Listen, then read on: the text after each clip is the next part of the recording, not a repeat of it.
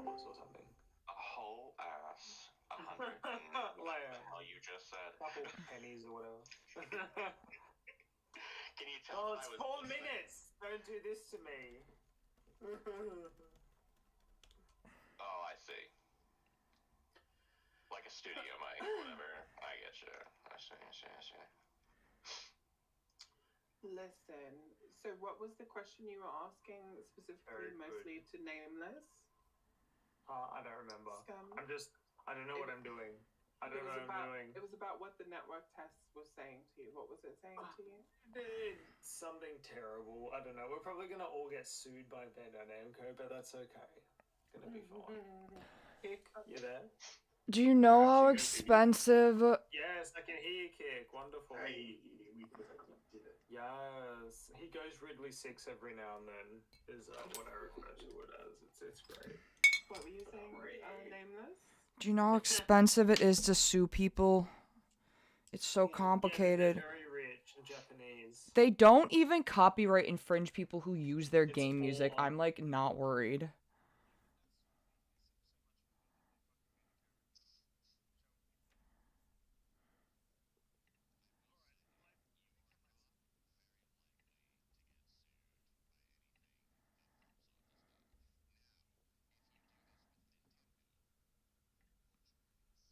That's what I'm saying. Thank you, Tweaks. Like, this isn't a Nintendo game. This is from Shaft. They don't care. They want people to play this game. Also, why would they sue people and have negative press around this? Why would they do that?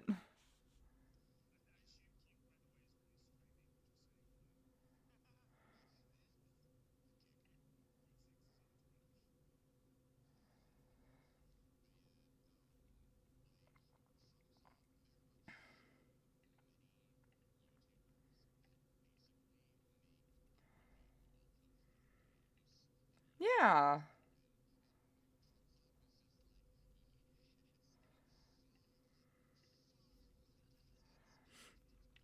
Exactly.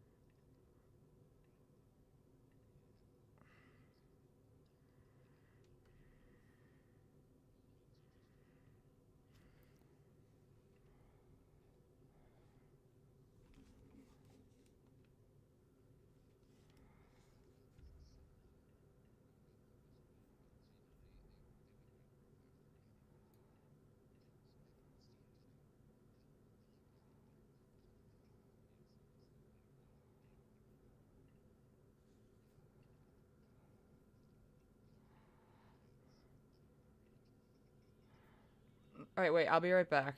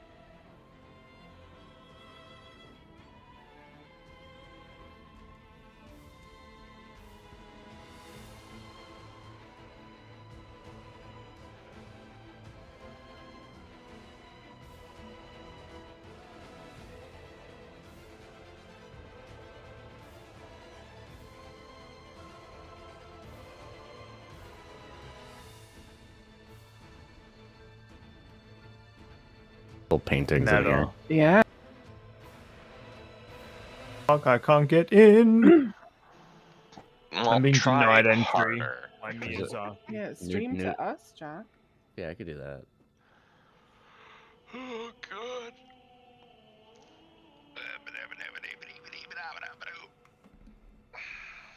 How do I do that?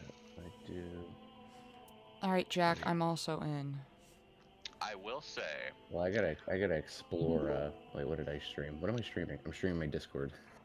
Being able LOL. being able to triple jump and then ground slam does look quite entertaining. How can I... Oh, if I do start streaming, it's gonna start my YouTube. Can I do, like, a window? Maybe I could...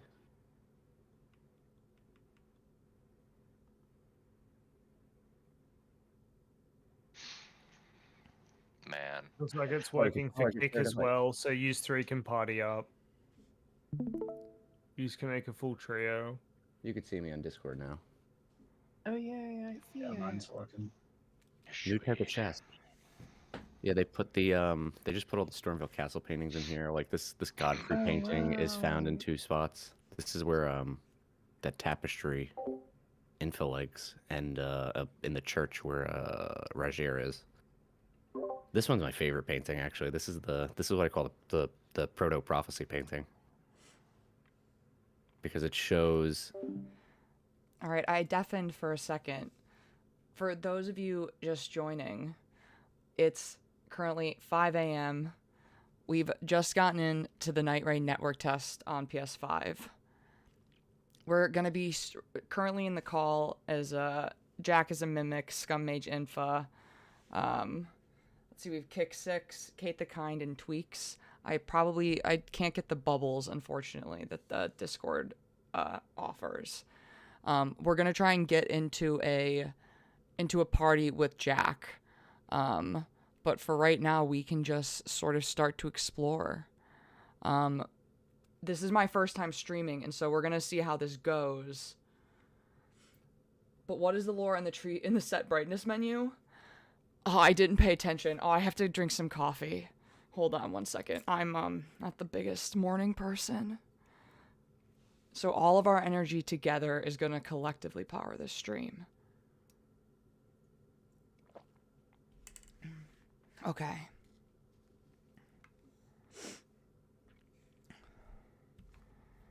One second.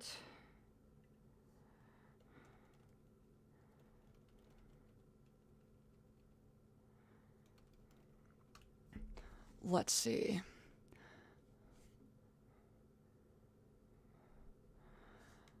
Okay, before we hop back into the call, I am just so excited to look. This is super interesting. All right. So we have the Roundtable hold. From what I can tell, things look very much the same. At least for the table, that's the same design. The grace is the same. It is far more broken down. We didn't have all of this debris before. We'll talk to this new character in a second. Do I have... Oh, this is different. I don't have the telescope yet. Oh, this is tragic. We have to get that immediately, or else we cannot look at everything. Oh! We'll talk to people in a moment. Architecture-wise, things look the same. What is super interesting are these tree branches growing through. So our understanding is that these are 2 parallel timelines, it seems, that happened after the shattering, essentially, right? And so even though everything is auto-generated and the maps are auto-generated, we'll see, I suppose. I'm guessing that this is going to be the same each time. And so what would have caused these tree branches to grow through here? All right, let's see. I believe that in the original game, this is filled with a bunch of banished knight stuff, and it's much more green, which is interesting. No Roderica, no Hugh. We still have the same paintings. I'm a big fan of the paintings, by the way. We have a video coming up soon that's going to analyze them. Okay, let's see. Can't open the chest. Can't open the door.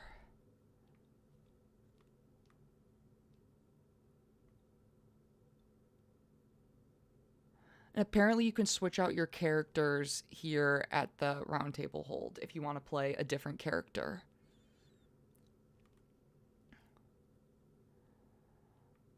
I'm getting a lay of the land before we talk to people.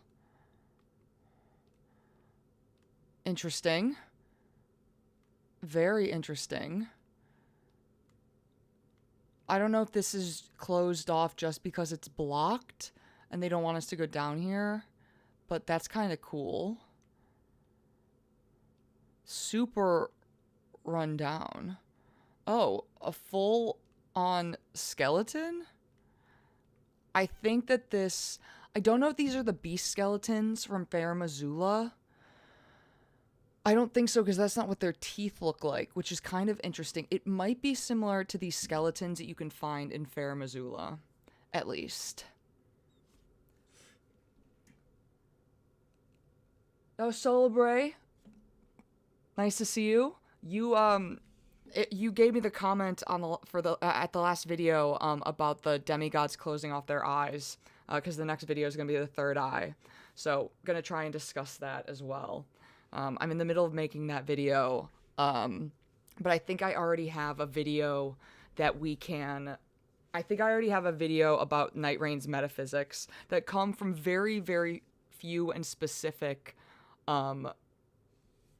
like motifs that I saw in the trailer and in like Vati's video with like the gameplay footage. So we'll see. Has there been like another few thousand years since Elden Ring that the memory of the Roundtable is really run down now? That's totally possible. Because we don't know how long the Shattering War has been going on, and in theory, these, or what we've been told is that these worlds split at the Shattering, right? So it could have been quite a while. And yeah, the metaphysics of this world are going to be really interesting. It might be the hunt. I actually have to be honest, I didn't play Bloodborne. It just so happened it came out at a time in my life when I wasn't playing many video games, and that is, I think, probably my biggest mistake in lore in the last, I don't know, like 7-8 years. I think I'm missing a lot of possible, I think I'm missing a lot of inspiration that would help tie these patterns together.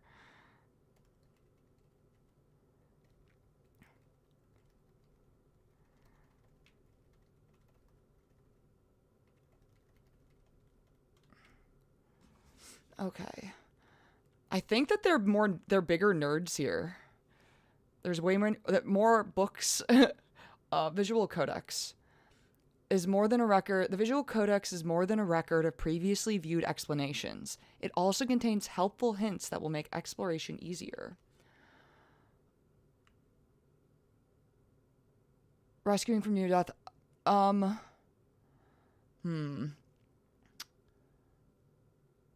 So essentially when your character goes down or one of your friends goes down, they enter a state of near death and you're kind of just crawling.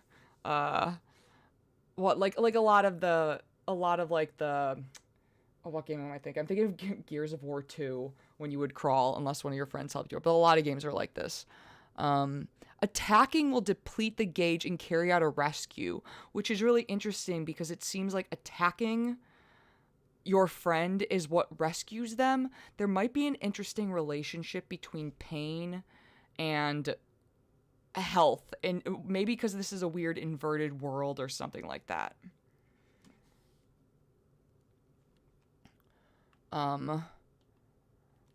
Okay.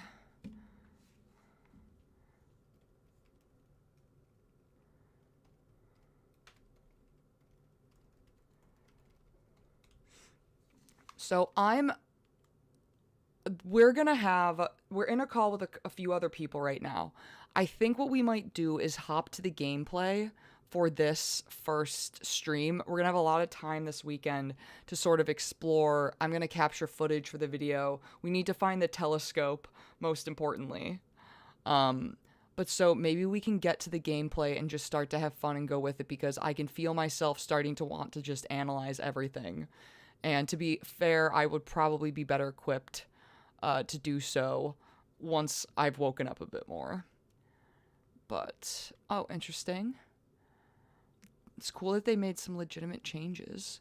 That is usually just at the Halig tree, which is also interesting. And this, oh, that's also cool. That thing is I think that's the raw tablet. We also find it all in the specimen hold, the specimen storehouse.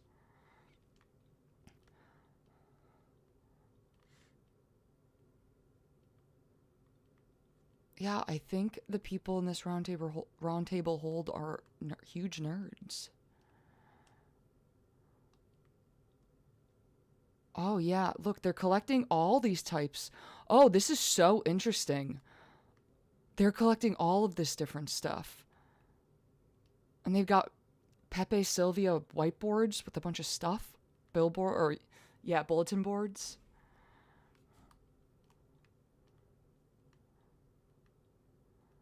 This is also... That's not from the Halig tree. That's super interesting. And they got beds. Wild.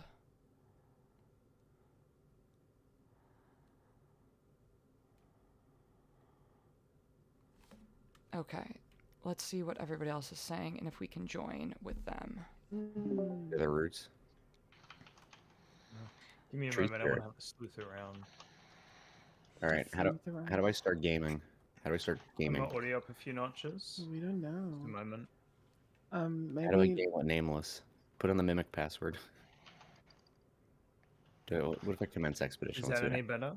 Oh, it's matchmaking, so I have to wait for other people with the mimic password to join.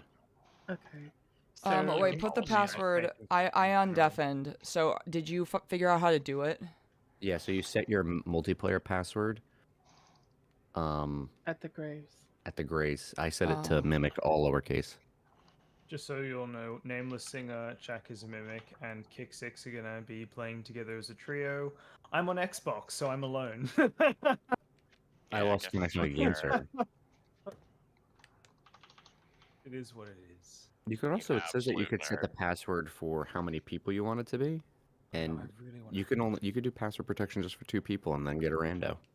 So that's pretty good. So the multiplayer password is Mimic Jack, and then Yeah. I can just join you.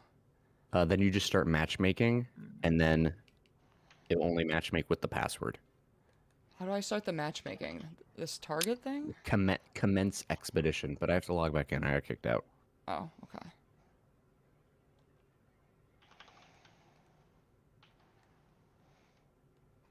I'm gonna mute and just watch. Yeah, Jack, message in the chat when you're back in. I'm gonna talk to the people in the roundtable hold. They're gonna ask you, what the hell do you want? I'll have to think about it. What do any of us want, really? What do we want out of life? The answer is lore. Matchmaking failed. Oh, interesting. It just kicked me out. Well, I suppose that's a network test for you.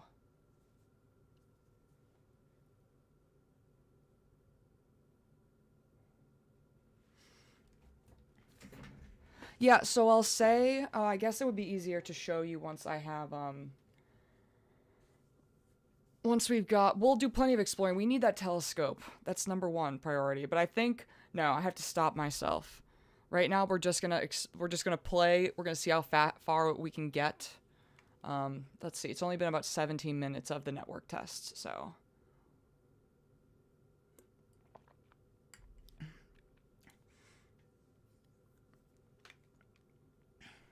Retrieving data from the game server.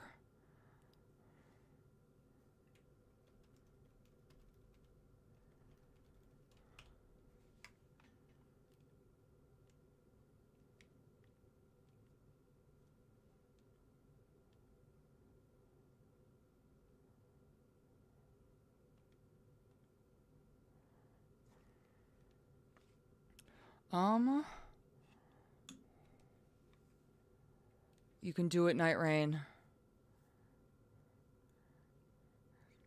So I think that this was pretty typical for the network test from what I heard from last time. So I can say that, I don't know how easy it is to sort of share.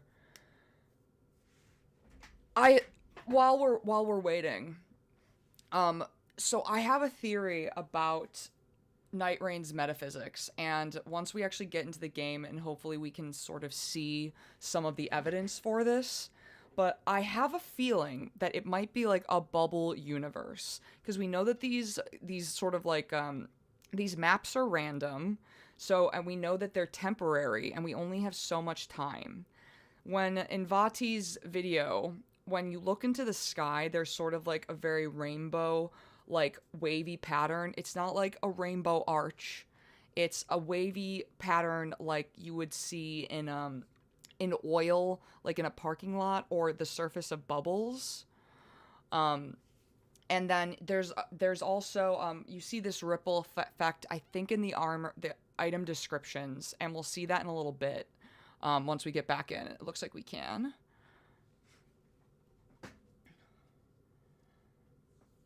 But so this is my current working theory, just from a few pieces of evidence that I saw from Vati's video.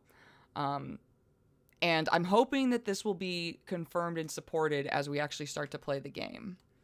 So hopefully this matchmaking works. I totally agree. I will try to remember the details of this network test. I'm going to pore over this VOD once it's done.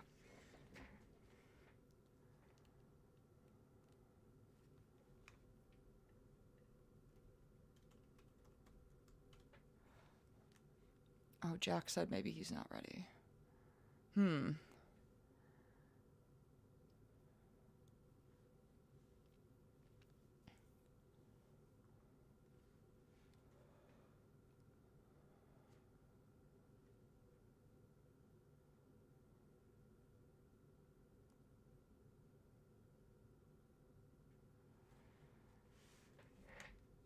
You know, Seamless Co-op did it better, apparently, for this multiplayer type of game.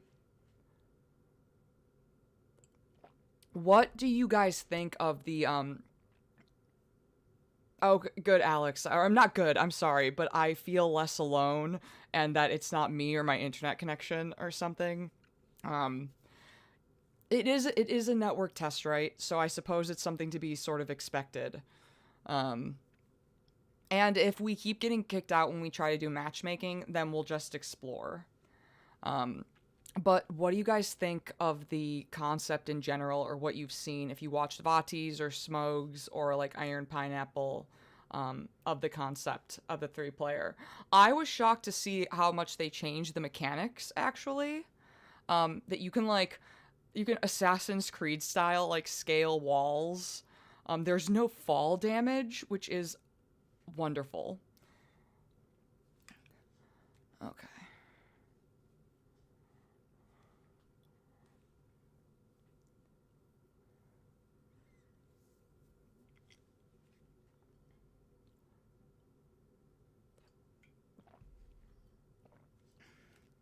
All right. Let's at least talk to people.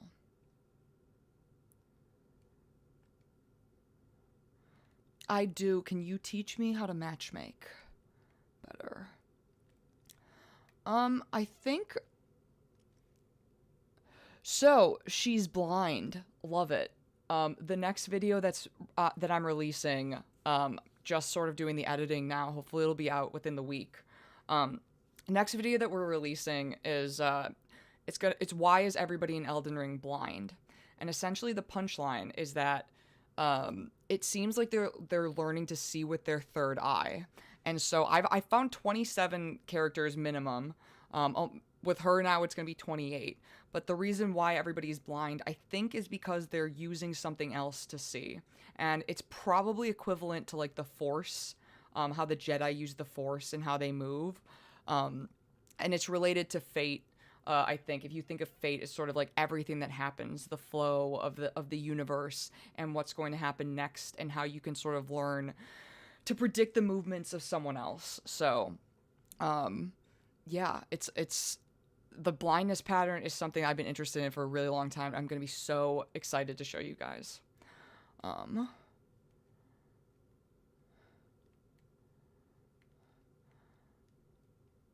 Might not be that many. And then we have the Recluse and the Duchess and then the Guardian. Well, nobody is very talkative.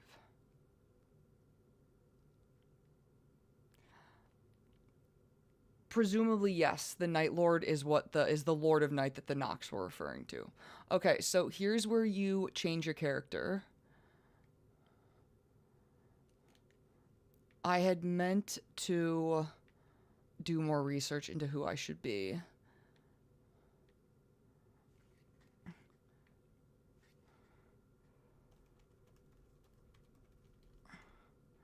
I'm asking Jack which character that he's being. And then while we're doing that, let's perform the relic rites. Or see. To invoke the power of a relic in your possession, conduct a relic rite via the relic rites menu. The supporting effect of the invoked relic activates upon leaving for an expedition. Relics are permanent additions to your inventory. Okay. Interestingly, in the base game, the term relic always seems to mean like a piece of a deceased god's body. Or like it's specifically like the remains of flesh or something that's sort of like holy or sacred. But it always seems to be like the living remains, especially if something that is godlike or demigod in status. All right, so we're going to try to matchmake one more time. I think that we at least looked around the Roundtable hold enough. So let's see if we can play with Jack so we can actually get to some gameplay. Can we commence our expedition? And thank you, Kevin. I got a lot of people commenting that my voice was AI. It is not AI.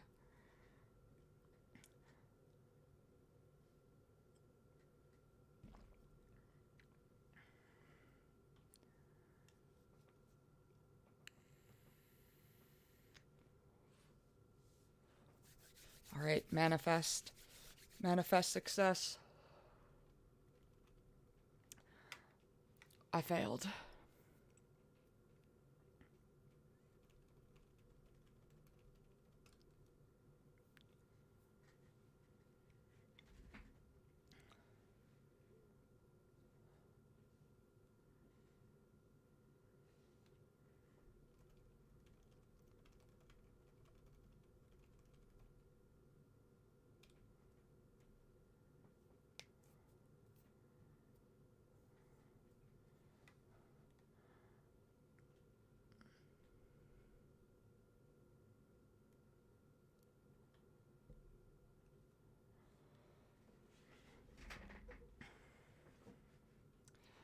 Exactly, Kevin. I try to do the musicality.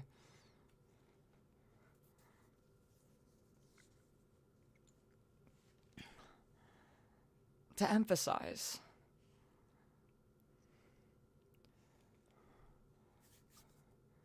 All right, we're gonna go and venture out and explore a little bit before we try to join again.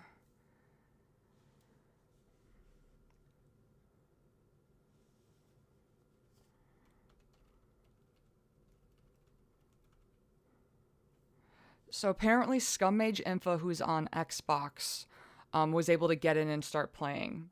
So it might just be that the PlayStation Network is overloaded to some degree.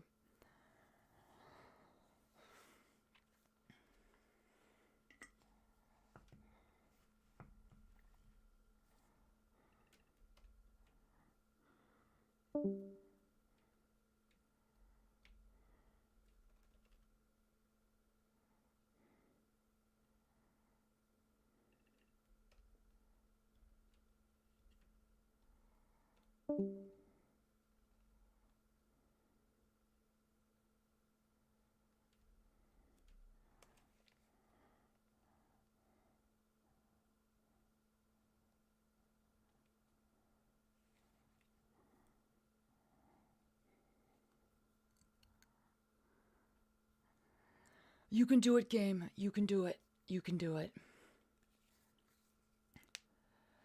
So while we're waiting, I'm curious. I'd love to hear people's thoughts in chat about what they think what are some of like the biggest sort of metaphysical mysteries, or any like your thoughts about Nightreign, sort of like what it means. Actually, I want to know this. Do you guys think that it legitimately contains like useful lore? I think from a metaphysics perspective, there's things that we can learn about the world, but I don't think that this is going to be a game maybe that is going to be able to tell us much about the history. Whereas Shadow of the Erdtree is like a time capsule, like a diverged timeline because it was sealed away. And we can look at how the Lands Between and the Shadow Realm diverged at a certain point in time and compare between those two. Nightreign might be a little different, and because it seems like it's just a lot of sort of like regenerated assets, I don't know how much we're going to be able to pull. It might be that if there are assets that aren't in the randomly generated sort of like slew of the pool of randomly generated map, like certain architectural features, then we could say that those are like the most recent architectural features post-shattering that were developed. And that might be the only thing that it could tell us about. Ties to other worlds. Before we try to join with Jack and maybe get kicked again, let's listen to Prater Pastry. Wonderful. So let's see.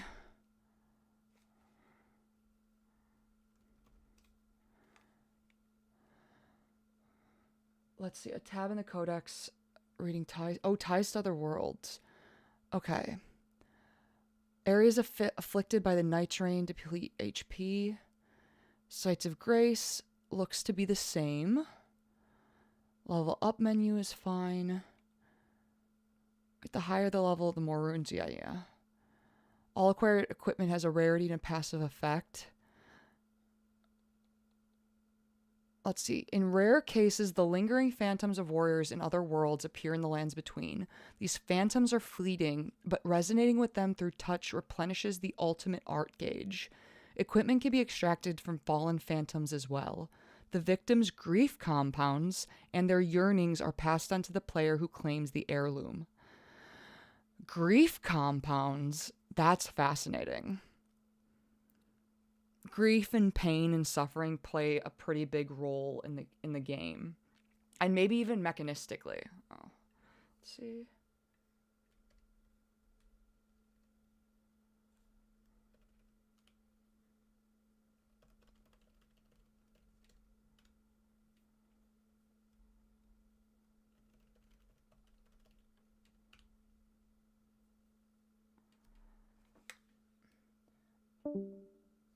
Okay. We're gonna join a call with just Jack. There was like 6 people on the other call, and it was a lot at 5 a.m. Okay, hello? Hello. I need to hear my teammate's voice. I don't know how to add him. I don't know how to do Discord. He's not on my friends list, so you would have to add him. Kick 6? Yeah, unless he's not on your friends list. He's not. All right. I just friended him. All right, cool. One thing at a time. One thing at a time. I got kicked again. Excellent. I was kind of giving up for a moment just so I could start to actually, so I could explore a little bit. What's the lore implications to why I keep getting kicked? What an excellent question. Wait, will you talk for a second? I want to make sure that Discord is coming through to my, my stream. I could talk for more than a second. Beautiful, beautiful, it is. And let me know, guys, if it's a little loud. This is the first stream, and I tested it, but again, first time for everything. The lore implications are that right now the bounds between worlds are fractured, and we aren't able to fully connect. I have a theory that these might be bubble universes, and right now, perhaps even quantumly entangled bubble universes, and right now, our spin states aren't aligned or something to that degree. Oh, I'm quiet. Okay.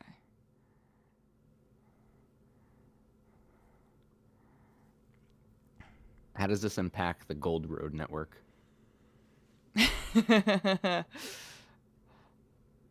Which bubble universe it has to pay taxes for the Gold Road?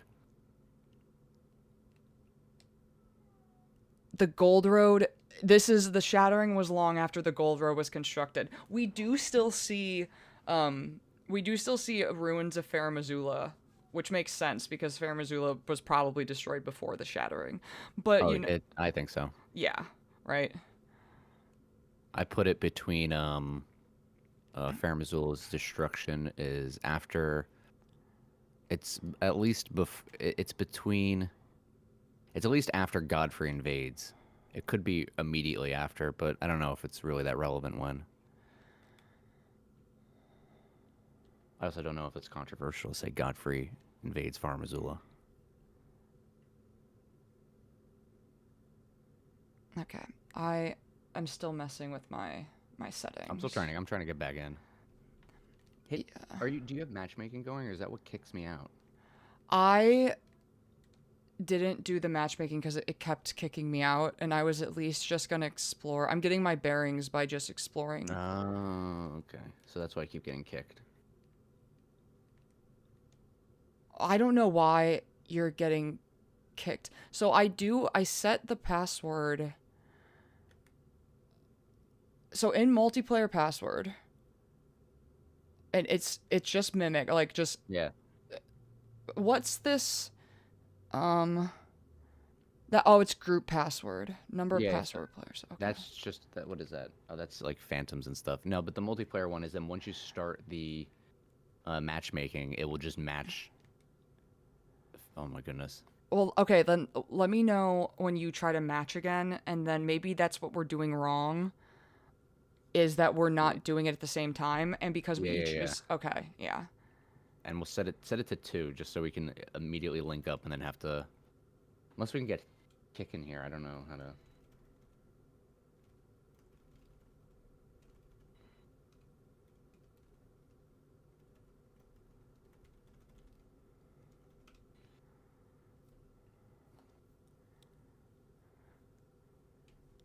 Okay. Oh, which character are you gonna play? I wasn't sure. I was too obsessed with the lore implications from Vati's video that I was not super paying attention to the different characters. He said he liked the Duchess. Do you have a pick? Because I can go for someone else. I want to be the dude with the blue. Okay, cool. I will not be him. Wilder? Blue dude. Blue dude. I might be the Guardian. I'm a fan. I think I read that he's a bit more support. I like playing defensively. Well, okay, I like to hit hard. I'm kind of unga bunga in that way.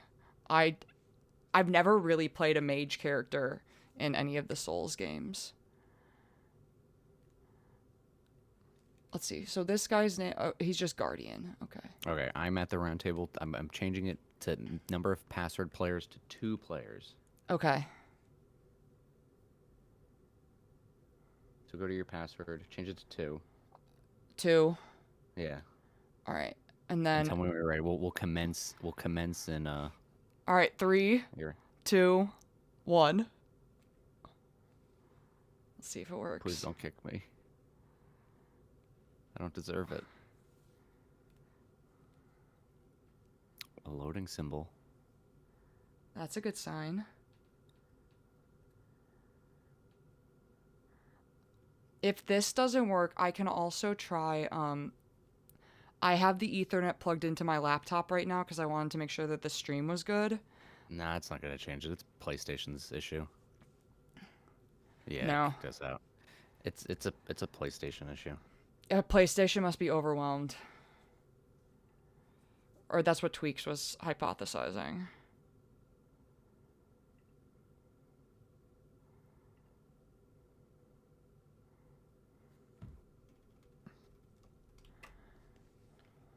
Yeah, I checked the Reddit, and it's a bunch of people who are on PlayStation who can't get in. Check this in a win for Xbox's console war. Yeah, no one's playing it, so their servers are empty.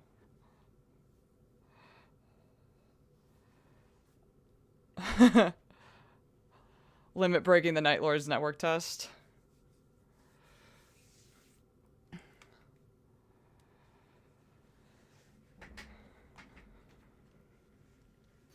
Okay, let me add kick. Maybe if we have 3 people doing it, maybe we'll be good. No, well, someone else. It seems like this might be. It might be legitimately a PlayStation issue. And there might not be something that we can do. I think that we keep trying until maybe 6. Or, well, okay, try for the next 20 minutes.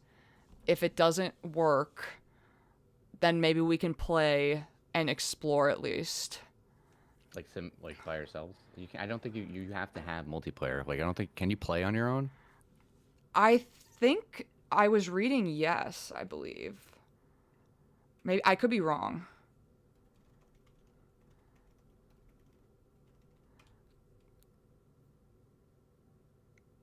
Wait, oh, what?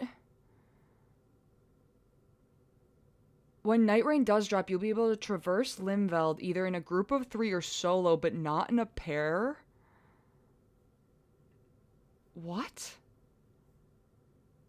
Why wouldn't you... Interesting. Oh, maybe that's the issue. So we should get kicked. Yeah, let me add him in. Okay, I did... Oh, he did friend me.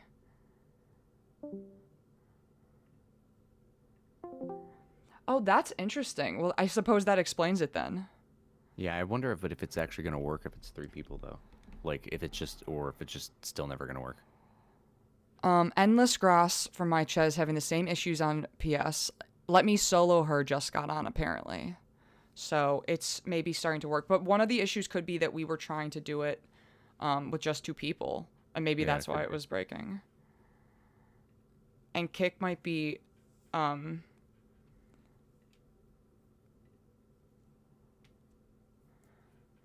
Kick might be just doing it solo.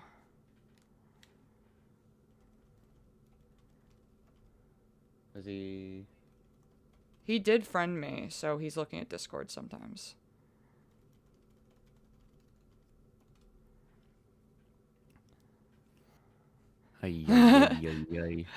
Alec, this game is the antithesis of soloing. Apparently you can play solo, so... I would presume... Can you imagine if Let Me Solo Her was not... was subverting expectations and playing with a group? Oh, you can climb to the top of the Roundtable hold. Where? How? So you can vault up on the statues of the guy. Oh, because you can vault. I forgot. But you can't really get that high up. The trees are fake. Oh, what a did perspective. you see the ghost trees? Oh, no, I haven't ventured out. Oh no, it's not even outside. Where are you at in your stream? Oh yeah, turn to your right. Or outside of the round. So, like, if you face the Grace and then you turn around and you look towards where, like, it lifts up, the trees in the wall have the same, like, their roots have the same effect as the spirit graves and Shadowlands. I don't know exactly what you mean. I also realized I didn't... Oh, we can't go in here. Okay. I'm looking at your stream now. It's between where the sparring grounds are and that hallway.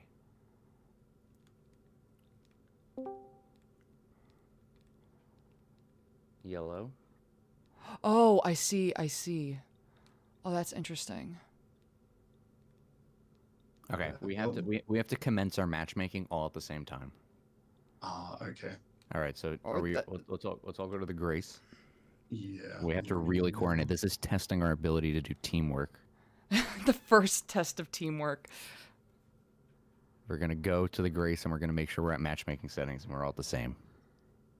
Number of password players, 3 players, yep. Yep, password players. Mimic, MIC, lowercase. Just the multiplayer, not the group, I'm assuming. Just multiplayer. Easy. Alright, I'm ready when you guys are. Okay, are we all there? Yeah. Commence expedition in 3, 2, 1, go. Let's hope that works.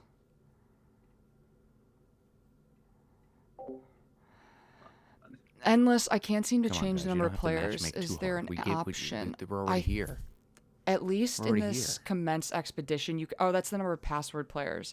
I think you either matchmake and although we weren't sure if you would get a random or not.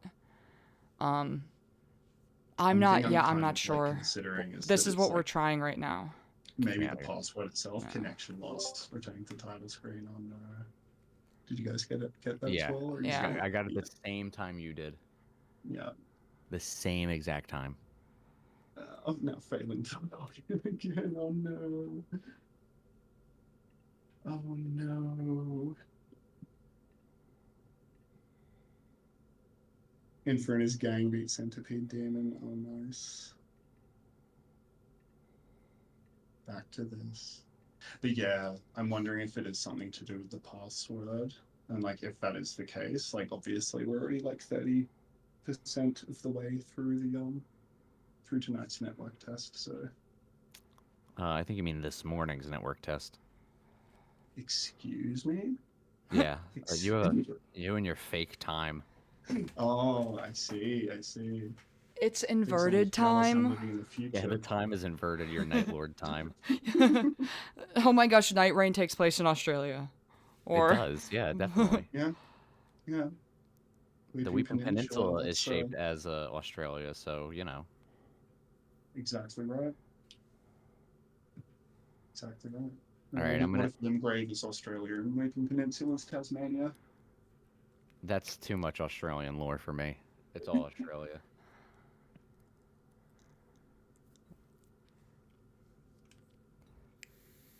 But yeah, if it does keep on Well, so 'Cause far, I'm- I'm looking at the Reddit, and people are asking if I do a password, will it work? well, we're trying a password, right? Yeah, and it doesn't work. And Yeah, there you go.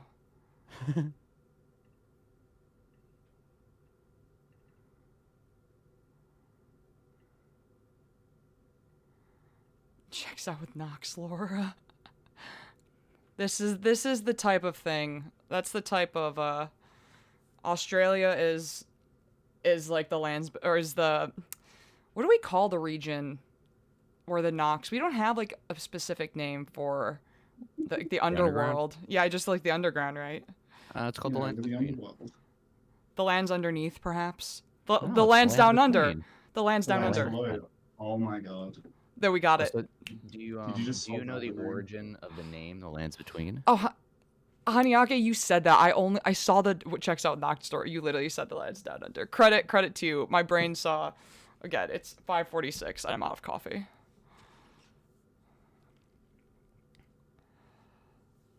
God, it was just insta failing for a second there.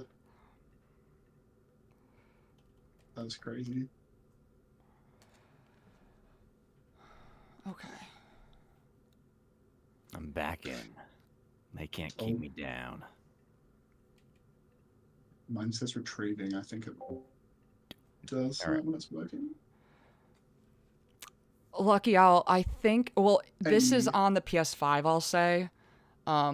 It might be my Yeah, if it keeps settings screwing too. up, like, that's the I thing, it's usually like, am playing on it's PC. So early. This but is the first ever play it could be test, so it's something like, how do related. we- or at least There might be ways of Yeah, optimizing password these isn't- I'm- graphics. I'm checking people are doing passwords, and on the subreddit they're still having issues too. Yeah. So I think we just keep trying until it works. Yeah, I'm down to try a few more times. The land of shadow was Australia. Porque no los dos. I'm back in. I'm ready. Right. Commence expedition. In 3, 2, 1.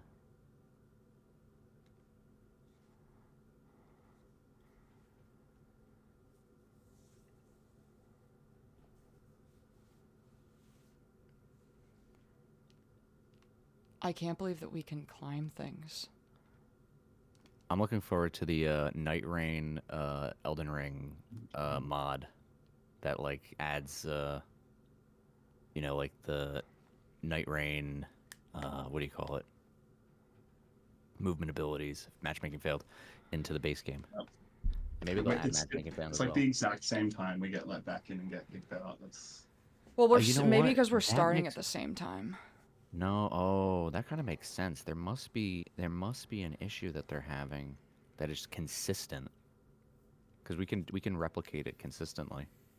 Put us on the testing team. We got QA going on over here. I'm not shocked. I'm surprised that Scum got in on Xbox. But yeah, this is like the network test. And so this is why they're testing the network, right? I think I just cut out from the call for a second. All right, let's do a lore talk. Law talk, all right. Elden Ring lore talk. Yeah, what's the Trademark. topic? What do you guys have any thoughts on the Formless Master? Formless Master. No, not yet. I don't have any Nightreign ideas other than what is actually happening. Oh, is that Let's- something from Nightreign? Yeah, I think they like talked about it in a tweet. Oh, yeah, they did talk about it in a tweet. You're right. I think that that's really the only information that we sort of have. I mean, if I had to connect it to anything that we've seen so far, I would say maybe those big smoky, ghosty guys. I think Godwin I is had to pissed connect he it to wasn't in the anything. story, and he's really fucking things up. Yeah, do you think so? Scum made a video about Godwin, and I think I've seen a few people thinking that he's the Night Lord. What do we think about this? He could be. I mean, you know, he could be. Yeah, for sure. Be I mean, anybody. night, death, water, all that stuff. They talked about, what did they say? The night tide that's Honestly- encroaching in and stuff. Honestly, I it's think the again Night kind Lord of- is just probably literally a character who is just not in Elden Ring, who is pissed that they're not in Elden Ring. Wait. I tried online connection is required. Failed to get parental control information. I might have to. Yeah, I'm getting that too. Bree just told me they're resetting the server right now, apparently. Okay. All right. So that's So- something. Maybe making Yeah, some progress. Everyone's getting booted for a second. If anyone's working on info, let me know if... Oh god, I hope you didn't get kicked mid-game. That suck. Thanks for confirming, Endless. People talking about another streams. Oh, okay. Parental control. I know. I thought the same thing. Like, All right, my parents are let's asleep. Let's do a little fun. I didn't think little I brain needed exercise. them. Let me see, Nameless. I want to see if I can get you on the same page as me with some leading questions. All right. Leading questions of. I'm gonna ask you questions, and they're gonna be leading questions, expecting you to answer in specific ways. All right. Okay. What is the Elden Ring made out of? The Elden Ring is made out of runes. Okay. What are runes? Runes, I think, as the basic. I think the best. They seem to Don't be make it hard. generalized. No. I have so many thoughts about runes. I've made like 2 videos, and there are going to be more.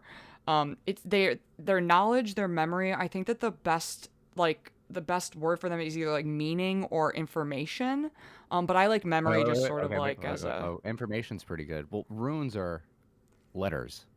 Yeah. So because we see them as letters, but we see them as just like this gaseous like gold stuff. Yeah, but You're thinking that's my way answer. too hard. I'm asking. We're going It's- simple here. No, I don't. That's not. You brought up the word rune. Sorry. What is a rune? An individual rune or like the rune objects. What is a rune? It It's not it's a letter. is a letter. Yeah. Yeah, runes are letters. That's the leading question. The Elden Ring is made of runes, and runes are letters.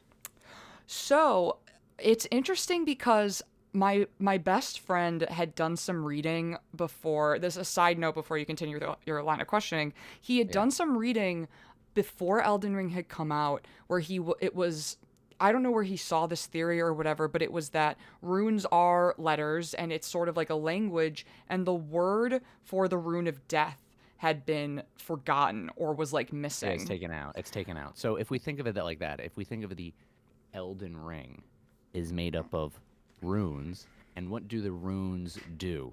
Runes are words, and what do they do? Don't think too hard. Communicate information. Well, what do they do in Elden Ring, I mean? But yeah, they communicate information, but what do they do in Elden Ring? So it's both. The runes are words, you read words, you know what they say. And in Elden Ring, they do what? In Elden Ring runes... Don't think too hard. Jack, this... I've like thousands of words written about... You don't need that. Thousands of runes written? Thousands of runes written about runes. Well, what does the rune of death do? I mean, they changed the order of the world, and so that's what I was going to say is... Wait. They changed the order. Oh, the order. I love it. All right, the order of... So if we change the order of the words, we change the order of the story. Love it. I took a note in our group chat. That's a cool interpretation. Because like this is very similar to A Song of Ice and Fire. What is the Song of Ice and Fire? It's no song I ever heard of. That's a little dialogue between Jorah and Dany in the second book. The Elden Ring is the thing that controls the nature of Elden Ring. And the Elden Ring is made up of runes, which are words and letters. Yeah. So it's literally, you're literally going to like the manuscript and you're saying, all right, this is what the story is now. I like that though, that interpretation of the order, like it having a double meaning. That's Yeah, it's kind of literally cool. order Like of it the being story. like literally the order of the story. So and what stuff. is the That's cool. what is the golden order?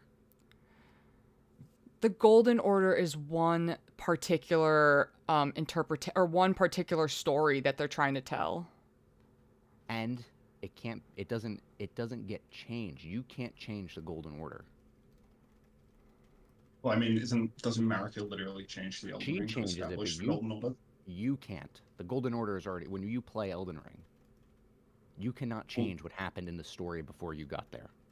Well, not before, but we do ultimately, right? Like if we apply a Afterward. mending rune, yeah. Right. But like afterward. we eventually ascend to godhood and like alter the order. So right? what I'm trying to are you guys like Marvel fans at all? Like I anything like have that? actually been watching through the since Marvel Rivals came out. My roommate and I have been watching through the Marvel movies because I've only seen like a handful of them, and I haven't seen like Infinity War Endgame. Okay, so they talk about this, I think, in like the Deadpool movie, but like it's also in the comic books, the Sacred Timeline, which is the sacred timeline of Marvel, which is the golden order of events that cannot be changed. Like Peter Parker, Uncle Ben always has to get shot. You know what I'm saying? Like that's part of the golden order of Spider-Man. Or like if you look at DC, like Batman's parents got to get killed. Like something tragic has to happen for them to become a superhero. That's their golden order. It's the order that will always be part of the story. Nightreign as well also has the golden order existed because it existed before the shattering of the Elden Ring. Like they say they have the shared timeline and it splits after the shattering. So they each have a timeline of the golden order. So one of the things I found that was really interesting, I think that the most important piece of like information that we're told about the Elden Ring comes from an interview that Miyazaki did with IGN. If you like Google Elden Ring Miyazaki IGN like interview, and he's asked about like the nature of the Elden Ring, and he says that the rings represent like the influence. They represent the order of the world, and the way that you change the Elden Ring, how the demigods change the Elden Ring, it's how they influence the world. It's how they apply these rules of like law and discipline, and the rings are a reflection of that. The Elden Ring might have once represented the Golden Order, but it's not necessarily that way now. So when we're talking about like the order of the world, if I have my working theory, and I'm interested to hear your guys' thoughts on this, but my working theory is that is that in order to change the Elden Ring, because the runes might be like memory or information that like we all have within us, like we all, when you kill people, when you kill things, like you get runes, right? And we have runes, and we have like the runes inside of us and so on and so forth. You're doing it right now. Exactly, right? But that to change the Elden Ring, if the Elden Ring maybe exists in like some collective consciousness or maybe within the Erd Tree, and it changes like when we all go back to the Erd Tree, like when we die, then in order to change the Elden Ring, which is this belief of the order of the world, then you have to make everybody believe a certain thing about the world. And so maybe one of the reasons why America needed to conquer the lands between and to put forth this idea about like how Christianity like sort of conquered like Europe, and like made everybody believe and think that there is no death, or that there's life after death. People literally started like that. That's why they had catacombs and all, because they thought that the bodies would rise, right? I didn't play Demon Souls. Okay, so one of the concepts in Demon Souls is that after the old one reemerges and magic comes back into the world, some of the mythical creatures that exist only in the imaginations and the minds of the people who believe them start manifesting into reality. Oh, that's beautiful. Beautiful. So like the Storm King only exists because he's part of the myths of the people who live in that area. So now he exists in real life. Miyazaki, this is an old Miyazaki trope of doing what people believe makes it real, and what what you're explaining. Like they find the dragon bones in the mines, and then so they conjure this myth of a dragon god, and then when the white fog takes over, the dragon god actually manifests. Yep. Also, sorry to like chime in and break the. No, you're good. No, that's perfect. Bree says servers have been shut down for maintenance. No updates yet about the servers on Twitter. We can still talk about this because this is all metatextual stuff. The I'm idea sorry, that the Elden Ring is made up of runes and words, and they control the order of the story. Whoever controls the Elden Ring, whoever controls that narrative, that meta narrative, controls what that world looks like. By you making a YouTube channel and making Reddit posts and sharing what you think about Elden Ring and how the world actually works, you manifest it into reality for the story. Yes, what you believe is always true. It can't be wrong unless it's directly contradicts something that is stated in the game. Like you can't. It will only be wrong if you say like, "Well, America didn't shatter the Elden Ring." Well, that's not true. That the words in the game refute that. But you can add any other extra details that you want. It makes it true because you thought it to be true. Well, it's inside of your mind. Power resides where men believe it resides. In A Song of Ice and Fire, right? And I think that that's like a fundamental law of the magic of that universe, essentially. And like why do these kings and queens and princesses and leaders and stuff have power? It's because there are people who believe in them and follow them. And that's not just in that world. Exactly, right? And so, and George has just put a layer of sort of like magic and fantasy on top of it as a way that can highlight and emphasize these ideas. And it's part of what there's a lot of people who are like, what's the fundamental truth for Elden Ring? What's the fundamental truth for these games? The fundamental truth is that Elden Ring is a video game, and it has a story that is incomplete, and you're supposed to fill in the gaps and then share that with other people, and then you come together in that. Exactly. And so from what I can tell, because one of the things is that I think in that same interview Miyazaki said that the Elden Ring is a metaphysical object and the Erd Tree is a symbol of its presence in the lands between. And so I've liked that to mean that there's a metaphysical realm. I think some people also talked about how there might be like a dream world or a spirit realm. And then we have like the shadow, the lands of the shadow are sort of in their own realm. And then like we have Nightreign is kind of like in its own realm or dimension. But to just think of it, there being an actual metaphysical realm, perhaps where like the Elden Ring exists, maybe like where runes sort of exist in like our collective consciousness or whatever. Do you have any? Are you spiritual at all? Do you practice any sort of spirituality? Yeah, I'm really fascinated by the intersection of consciousness, physics, consciousness in physics especially. And so like I like to think that I like to think of us as systems of energy, and that's how I sort of like connect myself to the universe. Right. Okay. So that's, at any type. I think when you start talking about these, the metaphysical aspects for Elden Ring, pull from where you feel your spirituality takes you. The ethereal, the ephemeral, things that are not fully explainable by a scientific 100% agree with method that. or aren't touched by materialism.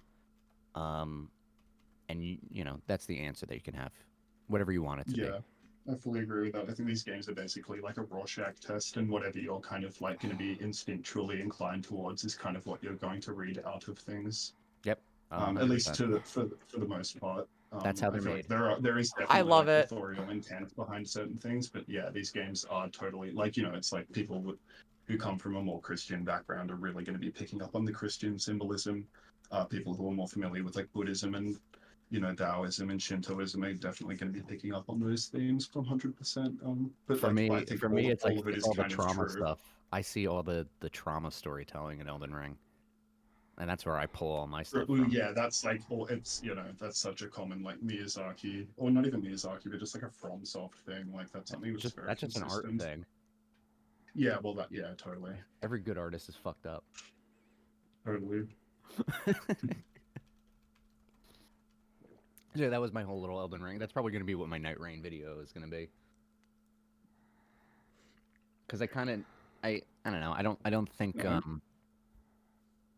I don't think there is enough discussion about what are the metatextual themes for Elden Ring especially, and the ultimate goal is sharing stories. Like, the game is so obtuse in what the story is that it forces people to communicate with others in order to understand anything about it.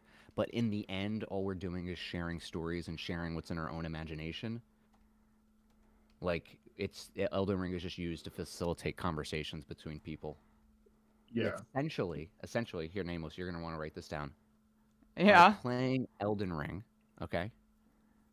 We all learn a shared language. We all learn how to read the runes. Someone who doesn't play Elden Ring doesn't understand the significance of a larval tear, or who Marika is, or what a rune is, or a remembrance is, or what the Erd Tree is. But by playing Elden Ring, you start to understand what those concepts and things are, and then we can have a conversation about bigger things. We can talk about spirituality, and we could talk about the nature of good and evil, because we have this common language, which is the things inside of Elden Ring, the runes that make up Elden Ring.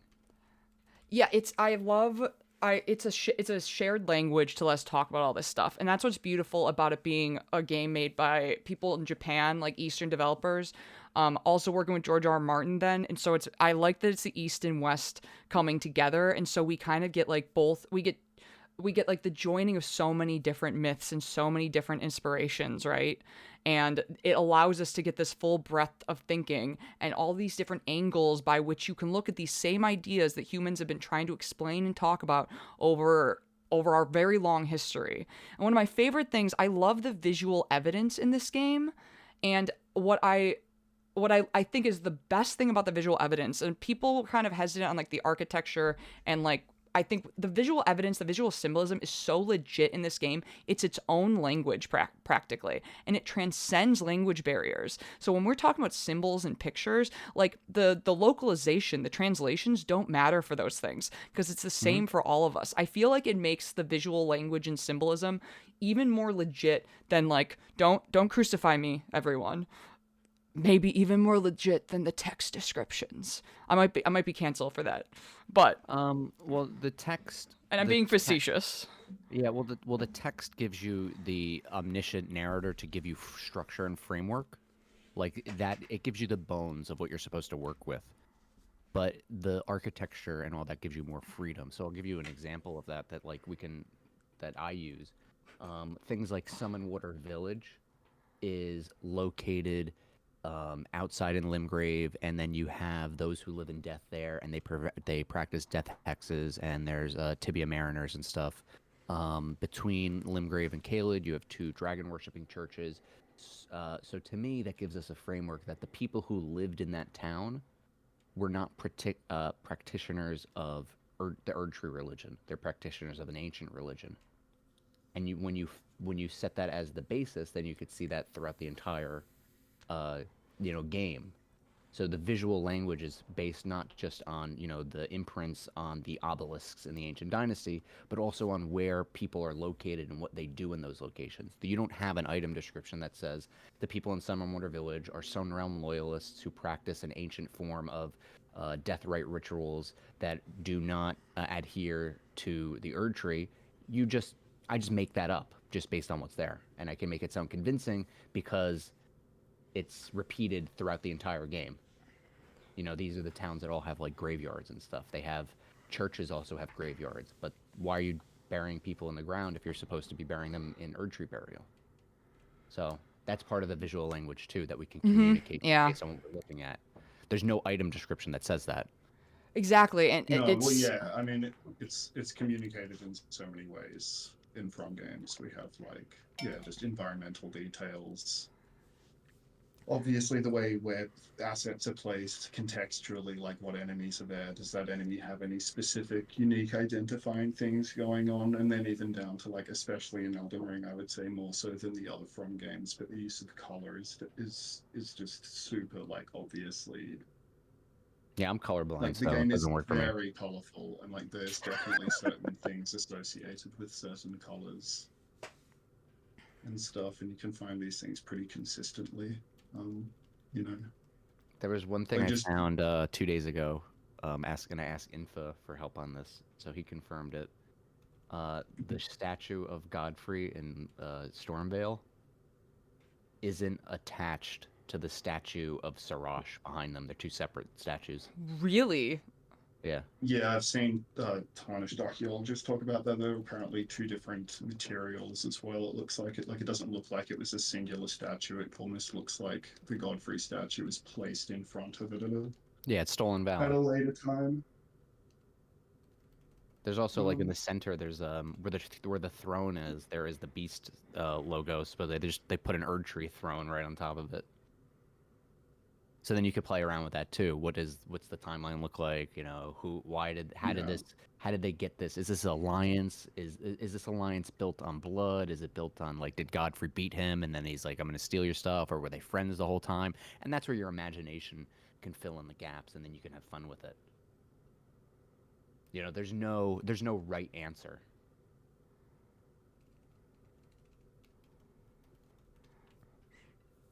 So and that's why I think Nightreign is gonna might be a little hard for lore theorists, because I think it's gonna solidify there is no right answer. I think so.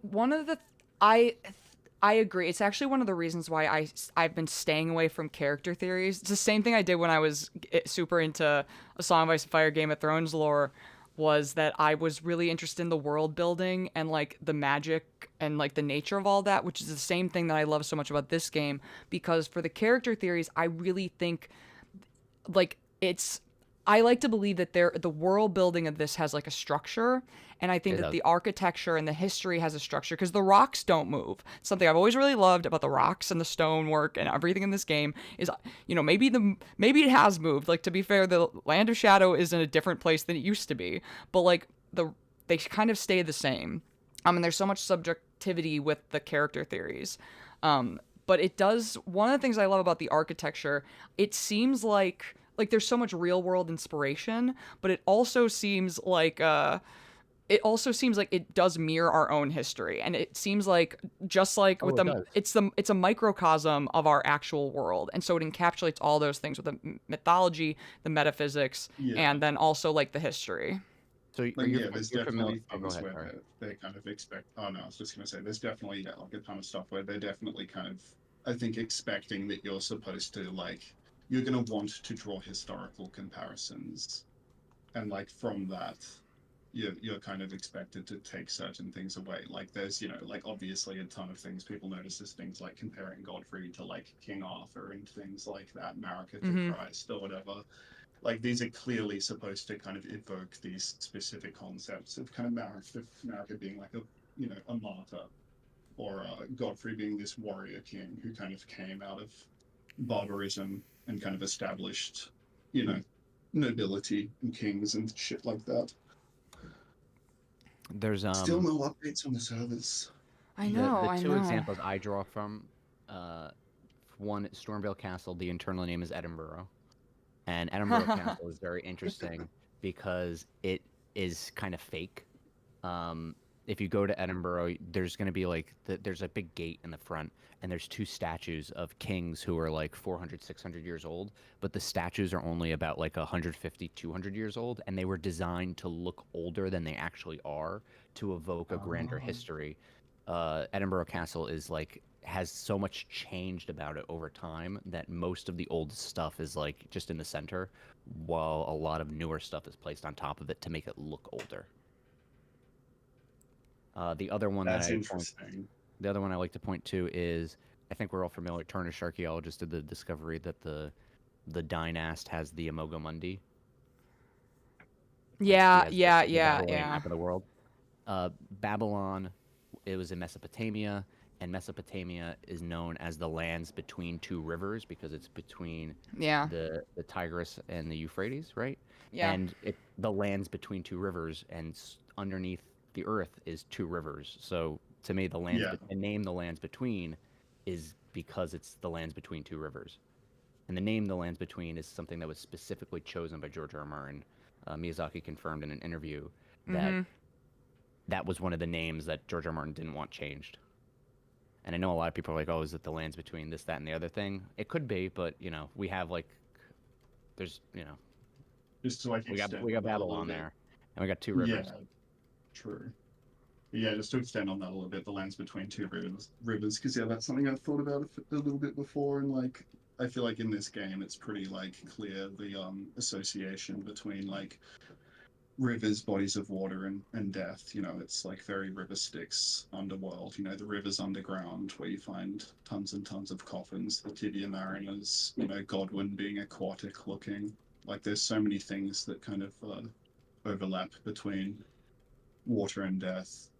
And just like, you know, the name, the lands between, like, what is it, the lands between? Like, well, if it's the lands between two rivers and rivers represent death, this is kind of like, I kind of look at it as that, like, you know, this is the transitory land between like the mortal plane and the afterlife sort of thing. So actually, like, this is the final... Yeah. Wait, that's awesome. Hold on. I did some fun theorizing that, like, imagine the Tarnished are like people. They're just regular people. You know, that's kind of like what they are. And the lands between is their origin myth.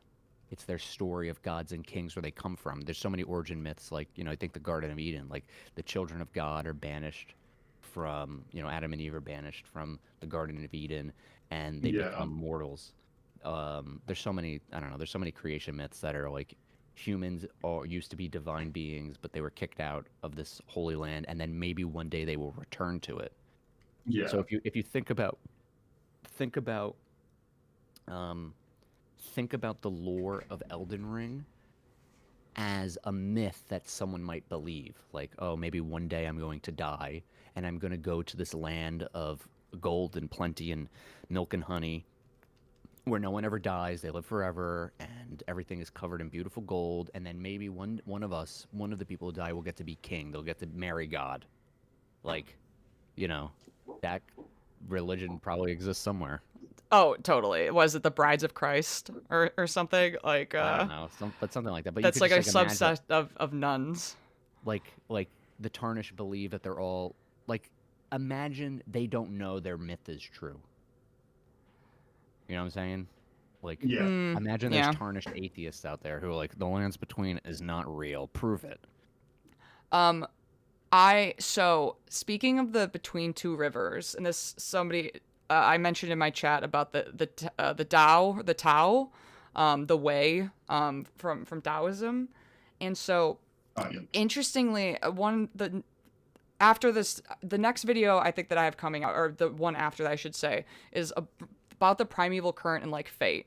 And one of the things, it's like a lot to get into or whatever, but there's this pattern of like twin currents. We have the Einstein Schiefer rivers, which are linked to, I believe that they're essentially like twin rivers. We have the spiral, which is inherently like twinned shards, like the spiral shard that we get for I think it's the shard spiral or something, is a sorcery that we get from Selen, and it's these twin spiral shards, these twin projectiles that fire. It was the attempt to produce a new comet. In theory, like Comet Azur, and Azur had created Comet Azur after he glimpsed, like the primeval current or whatever, right?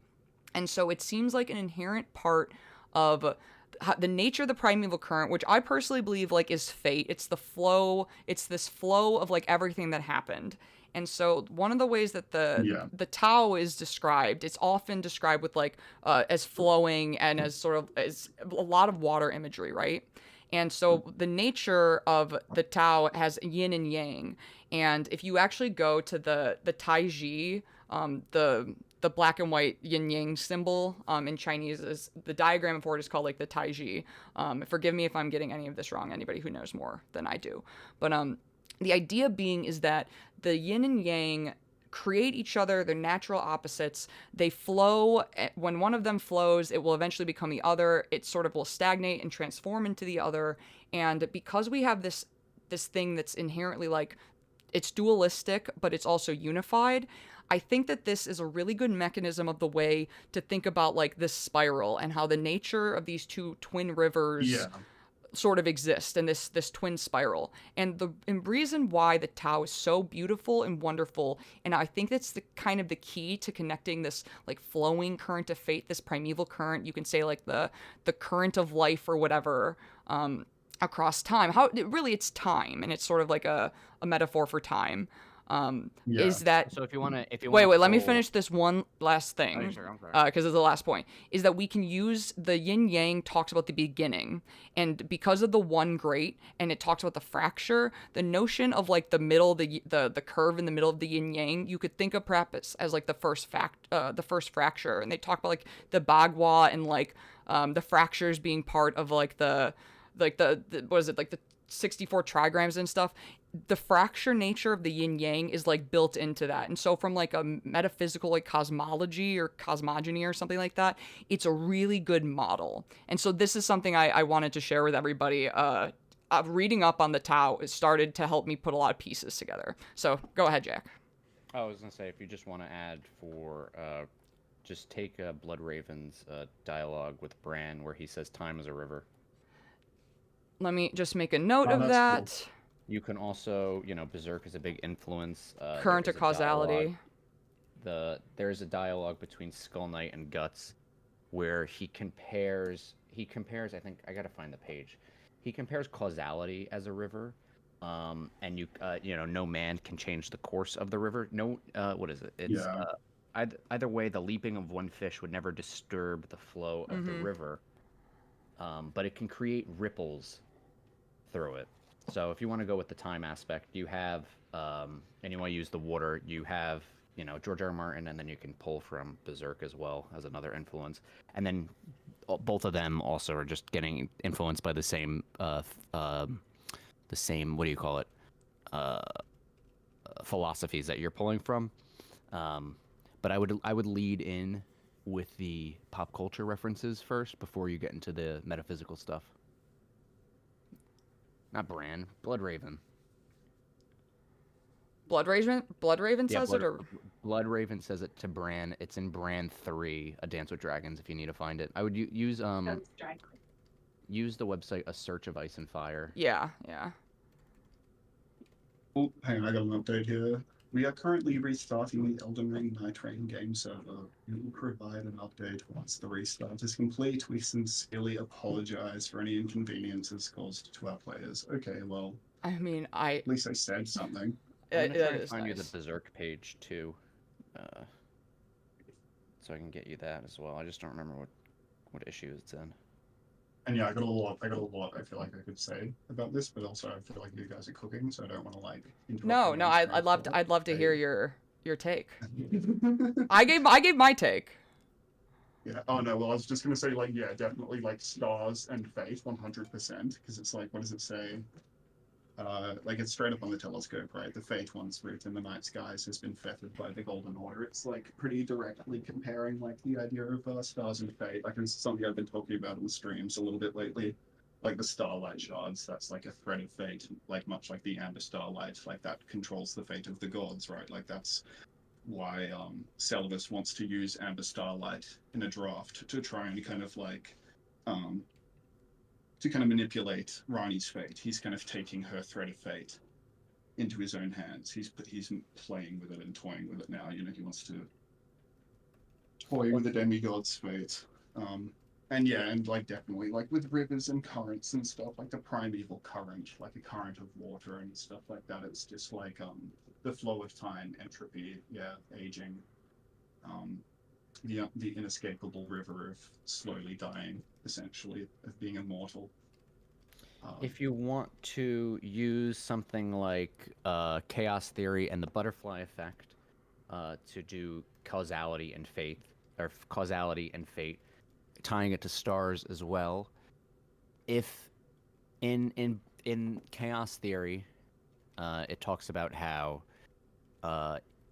if systems like the universe are so complex that it's unpredictable, but there is order within it. Yeah. And even the most minute change could change something drastically down the line. So that would be the butterfly effect. For example, how different would the world be, the world we live in, if one star in the night sky didn't exist? Now we can think about, like, you know, maybe a constellation. If people didn't have, if like the, you know, Orion's belt wasn't there, how would that change the culture and the history of the world if no one ever said, oh, that's Orion's belt? But we can even go further back, like, you know, science-wise, like, if the photons from that light never existed, how different would the universe look? One star in the night sky, millions and millions of light years away. If that never existed, how would the whole universe look? Probably drastically different. So in a way, the stars do control fate, even if it's like so far away. You know, it's not direct, but their existence does have an impact on the rest of the universe. Yeah, yeah. I think I get what you're getting at. But yeah, because like we see this with, like, you know, it's like with the glintstone sorcerers too, right? Like, what is Selen's ambition? She's like trying to create the new seed of a star. So I think it's kind of like humans just attempting, you know, their best. Like, this is a human's kind of best attempt as a mortal of altering their fate, even if it's only slightly. You know, like, it takes a lot of sacrifice. It takes like literal lifetimes, right? That's why they're like imbuing their soul into a glintstone shard and putting it into other bodies. It might take, you know, a long time, but like ultimately, like, humans are able to, you know, without the power of being a god themselves, without being someone like Radahn or Marika who's able to like manipulate fate. Or you're manipulating fate. You yeah, can make exactly. Yeah, exactly. But yeah, like, just comparing it, like someone like fucking, I don't know, Bok. Bok is not manipulating fate. Radahn, you know, like. Well, Bok doesn't have a remembrance. That's why. Well, no, but like what I'm getting at is, it's like, this is like a human ambition. You know, these are like human. You know, it's like building the Great Wall of China. You know what I mean? It's like, this is possible. Like, you don't need to be a god to perform this incredible feat, but like, you know, you probably won't live to see the end of this ambition. I like the theory that we're all demigods because we have shards of the Elden Ring technically. Have you guys heard this one? Well, that would just because there's runes, or because you have grace? Well, because the demigods are, I believe that part of the demigod status is that, like, they're shard bearers. And also, I think it was it Zafe, the scholar who had the No. That's the mausoleum one. The You're mausoleum dreaming. one that also supports that, like, when we're reborn, the same sounds play as the walking mausoleums. The idea that we're soulless demigods who are, like, being reborn, essentially. So what does that satisfy? In the sense of, like, I like just the idea that we have more power, even though, like, we're smaller and we're not, like, specifically labeled as demigods, but our ability to grow and learn and overcome leads us to be able to change the world. See, I would argue that what makes us more powerful is that we are a player, we are a human being, where everyone else is a character in a story. We are the real dreamers of dreams. My theorization, I go off the deep end. I think that some characters, namely Marika, Radigan, and Mikola, know that the player character is not of their world. Well, but it's called Our Home, The Lands Between. The Tarnished, that's what the Tarnished says. But we're not a Tarnished. We are a Tarnished. No, we're not. I am a human being who lives in New Jersey. Oh. I'm a Tarnished, so I live in the Lands Between. That's where you put your mind at. That might be the issue with the network test, is my latency is, like, or my ping is, like, really bad. We don't have great internet here. Something to do with the Rune of Death being removed. But that's where I like to pull, like, what makes our character special over everyone else's. Like, why does Torrent choose your Tarnished over someone else's? It is that guy. Like, what makes your character special? What's so special about? Well, they're just the play character. This is just the experience. Like, because the thing is, right? Okay, here's like my kind of take on it. I think you're both kind of right, but I think it's like Celebrate and not Backward everyone's Heart. gonna, I finish really the like game with Elden Ring, and I think it's supposed the to be Dark that's Souls kind of parallels supposed are to be really good. taking into account for the lore. Like, you remember when you first meet Gideon? And he's like, most Tarnished nowadays just think us, they're just namby-pambies. They take us for shelter for the rain. That they think this is just a place to kind of hang out, and they're never actually going to fulfill becoming Elden Lord. There are tons of Tarnished, and I think those, like, when they talk about all these other Tarnished who have tried and failed, it is kind of supposed to evoke, the like actual human beings who played the game and just didn't. They didn't. You think he's talking about other players? They didn't beat the Elden Beast. So I feel like there's like that kind of meta side to it, but I also think it is also like, just going back to what you were talking about a bit earlier, Jack, like the distinction between humanity and gods. I think it is kind of like that same thing in Dark Souls. Like the gods, like what makes a god is that it's like all the eggs are in one basket. They have like these insanely powerful souls. They're like incomprehensibly mighty beings. Whereas humans, like, are you guys familiar with like Dark Souls lore? Of course, I've been theorizing for Dark Souls since it came out. Yeah, same. So like the distinction between like gods and humans being that, like, when the Great Souls were found, like the pygmies kind of divided the Dark Soul amongst all of humans. It kind of gives everybody this sliver of potential, right? Whereas like with the gods, they're kind of like, the gods are like a royal family. You know what I mean? They're like nobility. They're kind of keeping it in they're kind of keeping it in their house. They don't want their power to kind of spill out into other people. Like when they do try that, Gwyn tries to give pieces of his soul to the Four Kings of New Londo. Like shit gets pretty bad. Doesn't really go well. They have to flood it because the abyss goes out of control.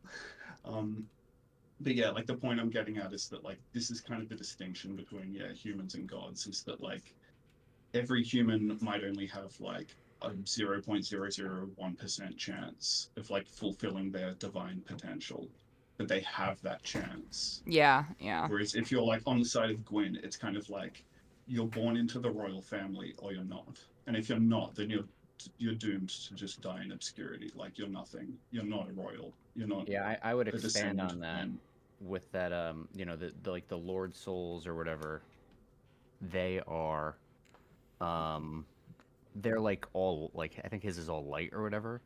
There is they have to be what they are. Gwyn always has to be Gwyn. He can never be anyone else. As a story character, he can't be anyone else. Yeah. But humans in like Dark Souls, for example, they have darkness in their soul, but it's a choice to what you do with that darkness. Yes. And that's just, I think that's a more of a meta commentary on like people in general. Like everyone has the capacity to do evil things, yet They it's have a free will. choice to not do it. Yeah. Like that's something in Tolkien's work as well. Like all the other races are kind of bound more strictly to the thread of fate. You know, they're orcs doomed. can't choose to be Whereas good. humans are special because like they have insanely short lifespans, but they have like free will. They can like take their will into their own hands. Yeah, And, you can have Yeah, men who right, fight like- on the side of Sauron and men who fight on the Yeah. side not Sauron. So the darkness within us is willpower, right? Do you guys say I that? mean, that's up to you. I don't know. You can Th- do whatever that's- you want. I uh, I feel like I remember Yeah. that from Dark Souls 1 because I was always really, really, really interested by the question in the humanity item from Dark Souls 1. This is like what got me hooked on lore, was if the soul is the source of all life, what differentiates the humanity we hold within ourselves? And the other like what is it, like the abyss or the darkness, like magic or whatever, they're described as being weighty. And I think that there's at least one item that connects it to like the concept of will. Although I guess it says I think it's like the grant of volley or grant a will to the Oh, grant. I have an answer actually. I have my answer. You could finish it, and I'll give you my answer. No, I can't remember what the item. It's still too early for me to have my encyclopedia ready to I've go. been trying to find this page for you, and I don't know which issue it's in. I don't know if I'm ever gonna find it. But there's one thing that differentiates human beings from other types of animals, and that's shame. Yeah. Like no other animal can feel shame. I don't know. Have you ever seen like a dog? Wait, have you ever seen a dog that's knocked over, gotten into the garbage or whatever, and then you come out and you look at them and they got that look? But that's guilt. That's not shame. Yeah. Like a dog can't blush. A dog can't, no animal other than humans has the ability to wear their expression on their face that they feel shameful about something. And when I say shame, shame isn't always negative. Shame can be a positive thing. Like it's shameful to steal, so we don't steal. Okay. So this is why I thought that we trade Manus's soul to Snuggly for the Pursuers, and the Pursuer's description says, the will feels envy or perhaps love, and despite the inevitable trite and tragic ending, the will sees no alternative and is driven madly towards its target. And I've always taken that to be that this darkness is related to will.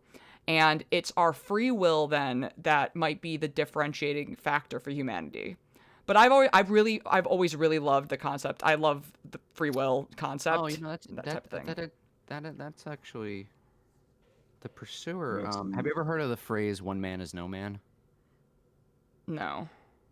So it's the idea that we need other people in order to exist.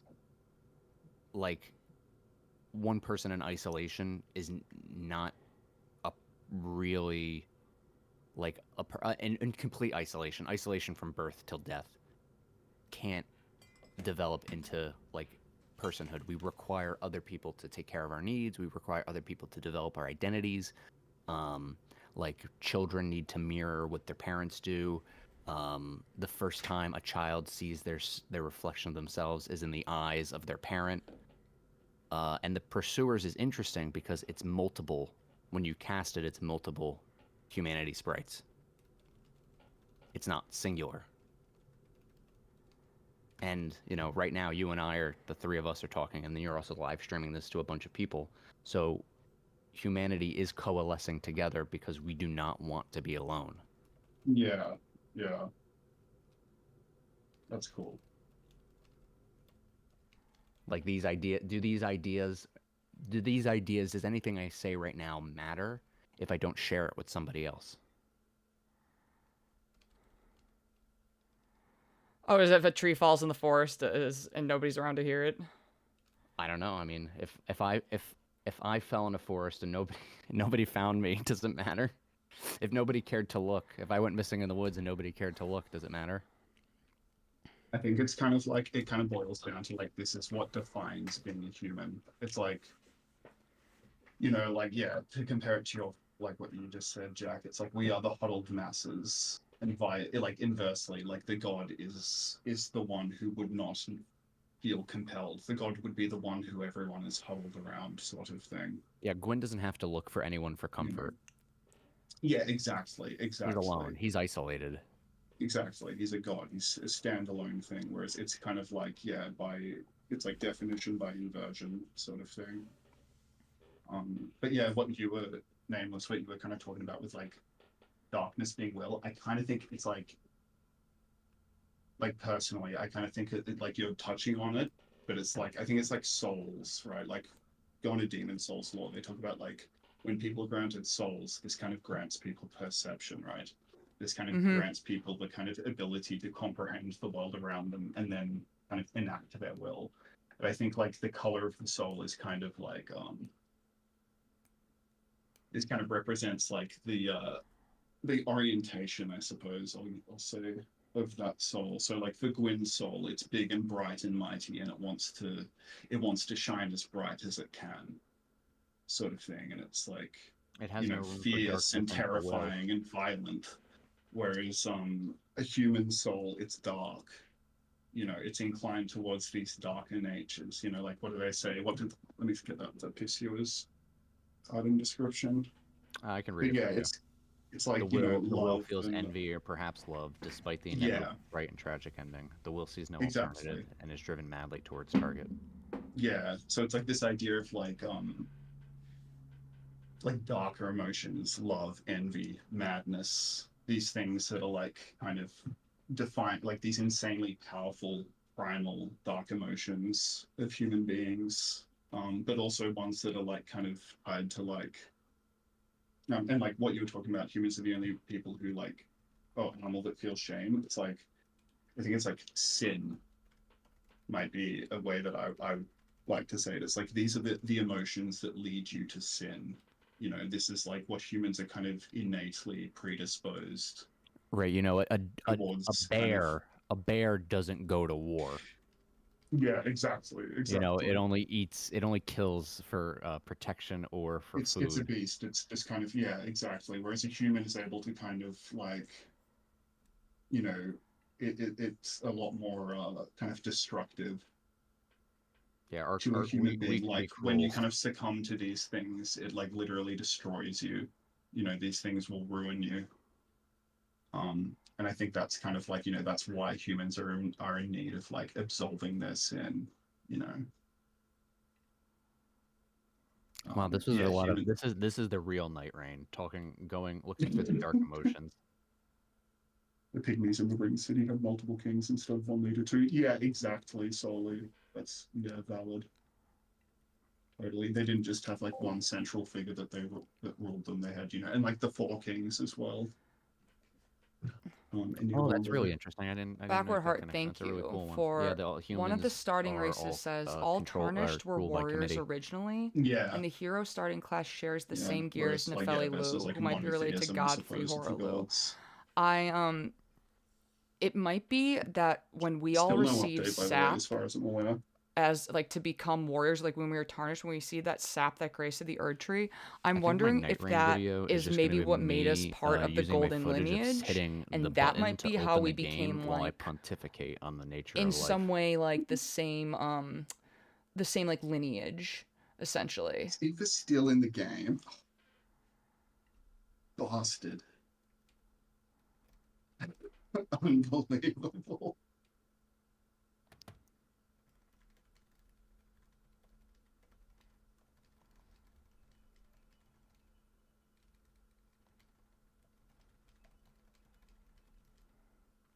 Unbelievable.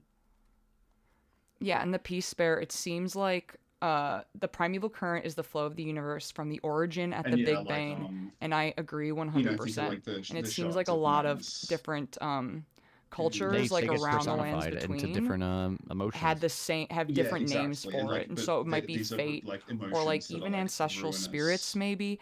You It know, seems like like they bring about they're all like anything women who almost with ruin like the men. flow of water. Yeah, I mean that's another thing because I know it's kind of like it's kind of a meme, but it's like it is kind of tied to like Like it's just even all about the blue dancer dichotomies, you know, fairy, light and dark, like man and which woman. we'll It's talk all about in the about primeval like, you current is know, fate video. that It might duality, not just you know, be yin like and a yang. river that's meant to like an I actual think physical that, flowing river that's it's meant not, to it fight says it's not a against rot. Miyazaki game, but It it might be like pulls from the same this thing, where why is metaphysical it river, the and that might be the why is it that actual the shards of Manus are all that might be women, like the flowing and they sword that the influence blind male swordsman kings? actually There used to is, fight like, because he was blind. the And so like how did he fight? masculinity But if he had embodies some the way to tap physical into and the fate, action and the doing, that's where I think like Yes. part of embodies my the theory. So the next two emotion and the videos are going to be feeling kind of and the based thought. around like blindness Yeah, and this well, idea of kind like of how do you fight while we see that blind, kind of like in Elden Ring too, where and tying Radigan that is together. the physical character who goes out into the world and does things, Yeah, or the Elden Lords are, and then Marika is the thought and the idea behind it.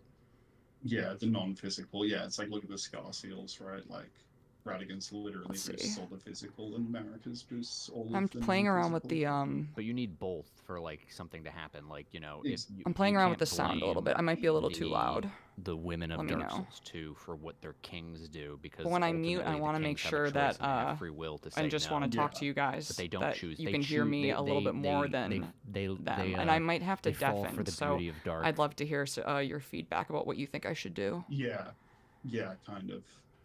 That's the thing, right? Like it can definitely feel a little, especially at first. I feel like it can feel like I was very not into that idea initially, but a couple of years ago, it kind of like I just kind of went through all the games again, and it kind of clicked for me. I was like, oh yeah, no, there is like definitely some stuff going on with just like gender being tied into this dichotomy thing. Like literally, like you talked to Frake. I think the thing that sold it for me was a conversation you have with Frake after you've saved Yuria, the witch from the Someone else from mentioned the the Looking prison cell Glass in God. Bolgatari. I don't And he know. I talks don't. about like she doesn't use a normal In one of the comments, I think. type Maybe of that was magic. you Like, she even, if doesn't use you the ever same magic commented. that And if I it use, wasn't, then right? that's Like, two I'm people who Scholar dude, mentioned and this. my magic is all about kind of like it's very cold and calculated. It's like, you know, Yeah, her often, magic you know, comes like from feeling. it's science. Whereas he's like hers is a lot more like raw and emotional. And he says he straight up says maybe it's tied to her gender. And I think it's kind of like you remember in the first Harry Potter book when they go to the zoo and like and he talks to the snake? Harry's talking to the snake, yeah, and like Harry gets pushed out of the way and he gets really angry at Dudley and he makes the glass disappear. You know, and then like Hagrid comes in, he's like, have you ever done anything when you got really scared or really angry? I think it's that same sort of idea of like this primal instinctual kind of emotionally driven magic of like, you know, justice. You know, I wish I could enact justice right now. Whereas, you know, like the character like Godfrey would be like, oh, Man, I'm something really unjust hoping has been also done, that I'm just gonna we're go able to play at least like a kill it little or bit. I challenge want it one with more a look. I want to duel. see Yeah, that I sky. don't think Godfrey masculine, has. manly man sort of He does not thing. have much emotional intelligence. He's not really Yeah, in tune with his exactly. feelings. I'm not going to reason with you. I'm not going to place a curse upon you. because I'm you've sorry, done something really Godfrey's horrible literally to my me. therapist, so I really I find that very Jesus, insulting. Godfrey is such a piece of fucking shit. Godfrey is fucking horrible. What? What? The What way do you you could wa- fuck Well, God. To be fair, Godfrey has such a problem with controlling his emotions that he literally needs to have a person on his back at all times to help him, like, manage himself. That's like He's Sirach, the right, the Lord of Beast all beasts. Regent. There's a physical restraint, yeah. Not just any beast, not just a random bear. Like the Lord of all beasts. Literal I think it's king the of Beast beasts. Crest Heater Shield. Where is it? I said this in one of my Let's Play videos. What is it? Oh yeah, so features a beast as its crest, serving to remind warriors not to succumb to the arousal of battle. Yeah. Fight with passion, but become not its prisoner. And that's kind of like, you know, wolves and bears don't go to war, and something that happens in war, after men do a lot of killing, they do a lot of other things too to the people who survived. And animals do not do that. Some chimpanzees do, but most animals do not do that. Yeah, like things that are closer to human. You know what I'm saying? Like, the wolves aren't leaving the women and children behind so they can, have fun after the battle.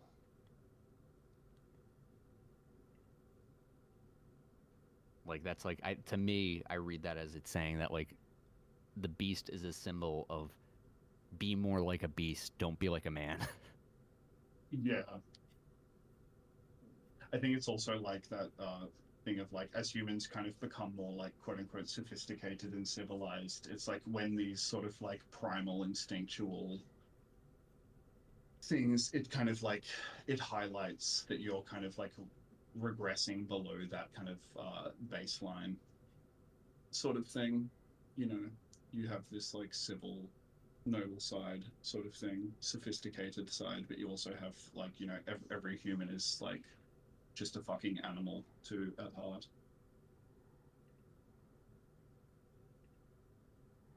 But like, yeah, potentially like the evilest one, like the ability to kind of recognize kind of, quote unquote acting correctly or justly on something means that like you're able to kind of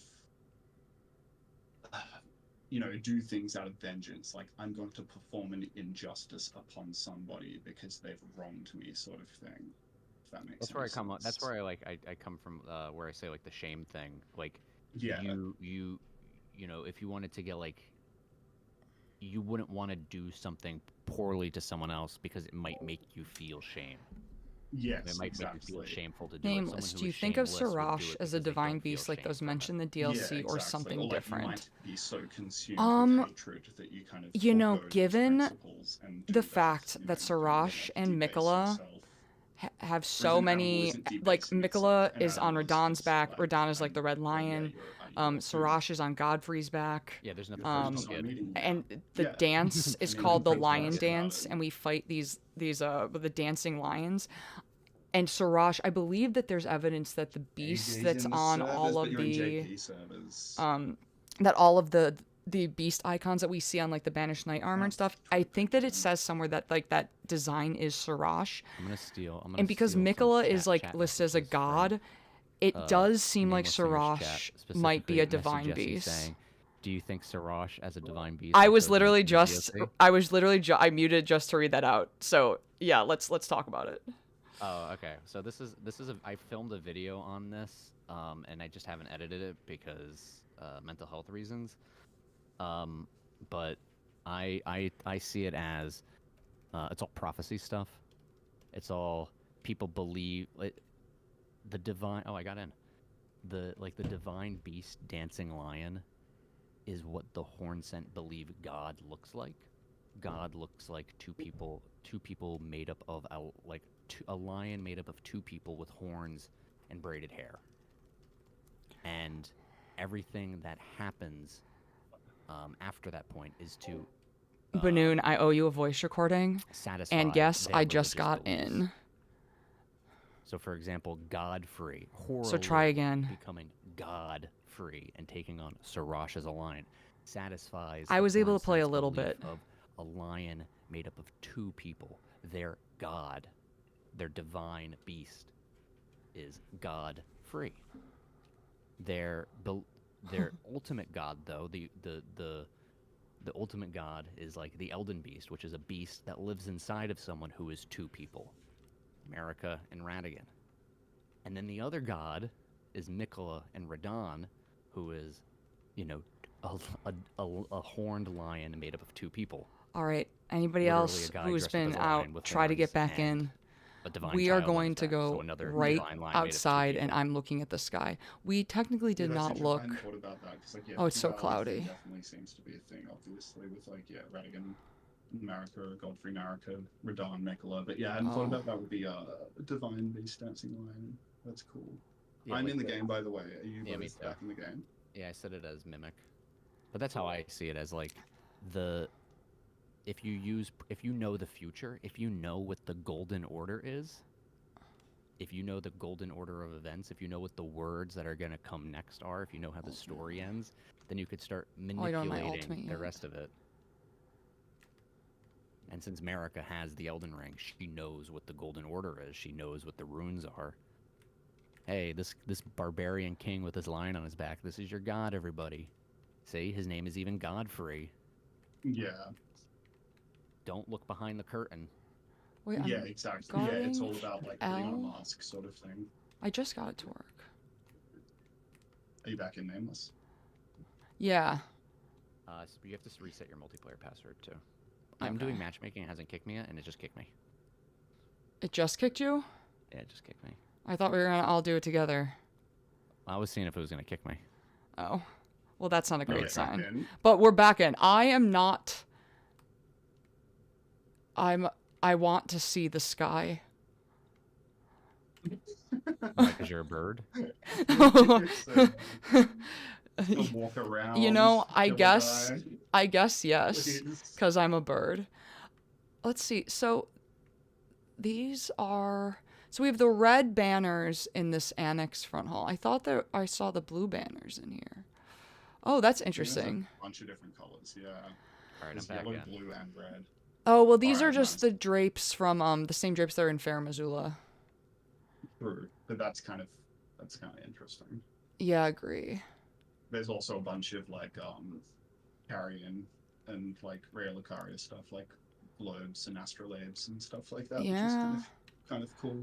I was saying how the people in this version of the Roundtable Hold are way bigger nerds because they have so many more like books and scrolls. And they have literal like bulletin boards with like papers on them. Yeah. They got their freaking Pepe Sylvia boards. Yeah, I said the same thing. Are we ready to rock and roll? I'm ready to search when you guys are. All right, one second. Oh my god, I'm getting lost. I'm getting lost in... No, I'm dead. Okay, I have my password. I'm ready when you guys are. All right. Are we ready to commence in 3, 2, 1, go.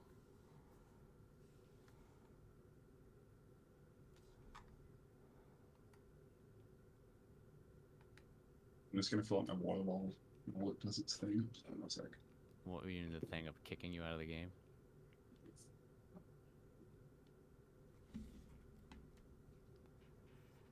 Are you ready to commit a cardinal disconnect? No, I'm not. I don't want to. That's what Bandai Namco has been doing. My connection to game server lost. I'm surprised that it kicks us out. Well, that's what happens if you're playing on Elden Ring and you're online. Oh, but It kicks you from the game. I haven't played online in Elden Ring in a long time, to be fair. Not even just playing multiplayer. I just mean if you're logged in. Like not playing offline mode. Ah. Oh yeah, I guess that's true. I just play in offline mode, and I actually even turned Steam into offline mode because I'm afraid of the game updating and messing up all my mods, which happened before, and it was such a pain. There is, I usually do most of my footage offline, but I have noticed in a lot of FromSoft games, they choose very particular messages to show you that sometimes seem pretty relevant to lore discovery. So one of them is, I haven't seen any videos or really any posts saying that the what do you call it? The worm guys in the Realm of Shadow, they look like The two lampreys? fingers. No, the ghost ones, the gummy worms. Oh, I don't remember their names. So they kind of look like two fingers. Like they look like ghosts of two fingers. They even have the hair. God, why am I Some of them blanking are- on this? Some It's of them are still too right next early. to each other. Spirit eels? Yeah, the spirit eels. Thank you, Celebre. But Thank you, they- Backward Heart. No one has like done a post or whatever saying, "Oh, these are the spirits of two fingers." But I find messages all over the game of people saying fingers. Like Oh, yeah. just like random messages, and I don't think those are. I don't know if those are actually players leaving the messages, or if those are like secretly developer messages hidden as player messages to give you the indication that this is a lore discovery. You know, the game is trying to push you in a certain direction. That would mess through with the me messages. so much. I feel like there's so many fingers.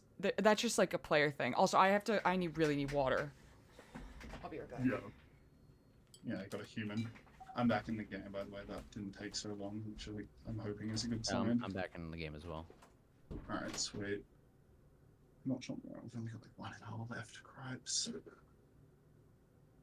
I reckon if you guys are down, try a few more times. But if it doesn't work with passwords, maybe we'll try just without passwords, just to see if it actually is going to work at all, or if it's like it would be great to play together, obviously, because comms. It'd be great to play it. Yeah, but that's not exactly at this point. If it is a choice between. I don't think Nightreign is real. It's just a dream. This is all just a dream. Oh yeah, wait, do we have like an inventory? Yes. I can't enter it though. Or at least there's maybe nothing in it, I don't know. No.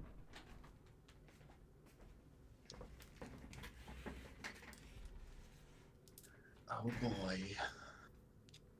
My roommate made coffee. Oh, lucky. Like a stroke of luck. All right, tell me when we're ready to rock and we're ready to roll. Someone else do the countdown. Maybe I'm unlucky. I have a little bit of luck. The coffee might be a good sign. Okay, good. I mean, I had coffee too, but it didn't do anything. Oh, sorry. I mean, somebody made coffee. And that's just the fact that someone did that and I don't have to do it is a wonderful sign. Count us down. All right. 3, 2, 1, go.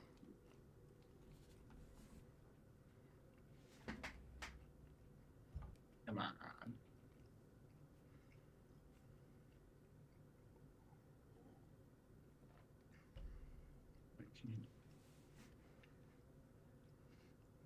At least the music's nice. It's true. And it's just nice to be in like a slightly different Roundtable hold, even if those, just little things, but like those trees. I like that it's... Oh, I got kicked out again. I like that it's open. Yeah, that is like the holes in the wall. Okay, guys. I say that we play solo so that we can get... If you actually can play solo. So, just to see if it works. Just yeah. as a fucking test at this point, honestly. Oh, is it the same Roundtable hold theme or different? I am not an expert on the music at all. It's different. It's different? Yeah, it's new music.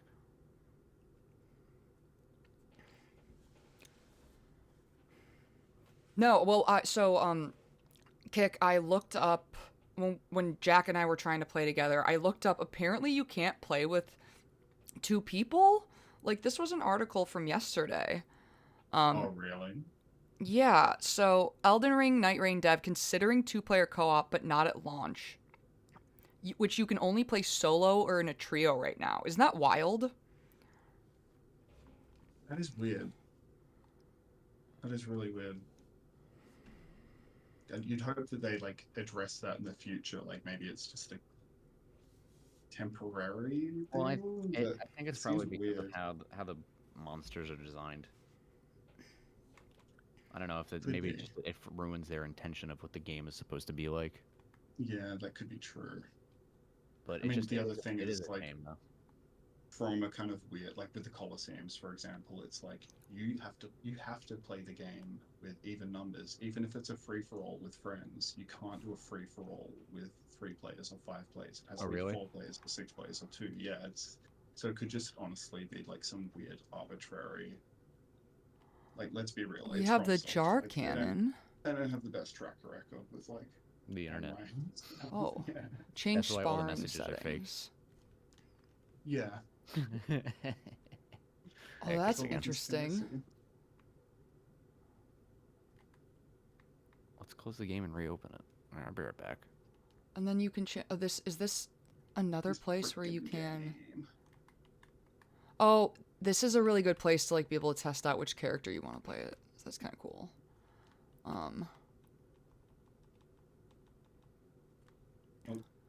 Double step. Oh, I'm back in. Restage. Alright, I might just try deleting my password and just trying without it just to see what happens. Because we only have like an hour left if they are sticking to the original scheduling.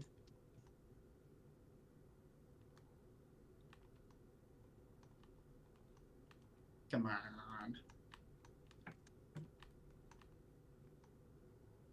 Oh, that's kind of cool.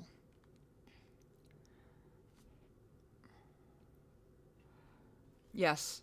Yes, it was originally designed as 3-player after all. Sirociant, we are looking over that precipice. That's the thing. Okay, it's enough time. The Roundtable hold theme. I'm wondering if it's like it could just be like slightly remixed. Like I wonder if there's going to be any like. Or wait, which character do I really want to be? I think we'll do this guy for right now. Midra's theme, having the Because I'm used to swords. Theme inside of it, sort of thing, or like a distorted version of it. Okay. So we got even solo. That's fucked up. We got some water. We got some water. I got no clue. I'm not from there, Cuban Pete, but hey, hope you're doing well, homie. And we got some birds. Yeah, I do wonder if we're gonna notice any sort of like just little details. With the so we motifs don't in the music, because they do kind of do that. Very Dark Souls 1, Sky Island. Motifs. I wonder, so possible lore thing, perhaps. Might be wrong, we just have the theme and the credits theme in Dark Souls, and might be wrong though. I didn't realize that the Roundtable whole. Wait, like, this is like, different. You know, use the motif of doom doom doom in the. This isn't what the fortified manor looks like. I don't think. Yeah. Is there a door that I'm forgetting? Again, it's 7 a.m. here. I did not get a lot of sleep, so my my recollection is not perfectly fair. But I don't remember a roof like this at the fortified manor at all.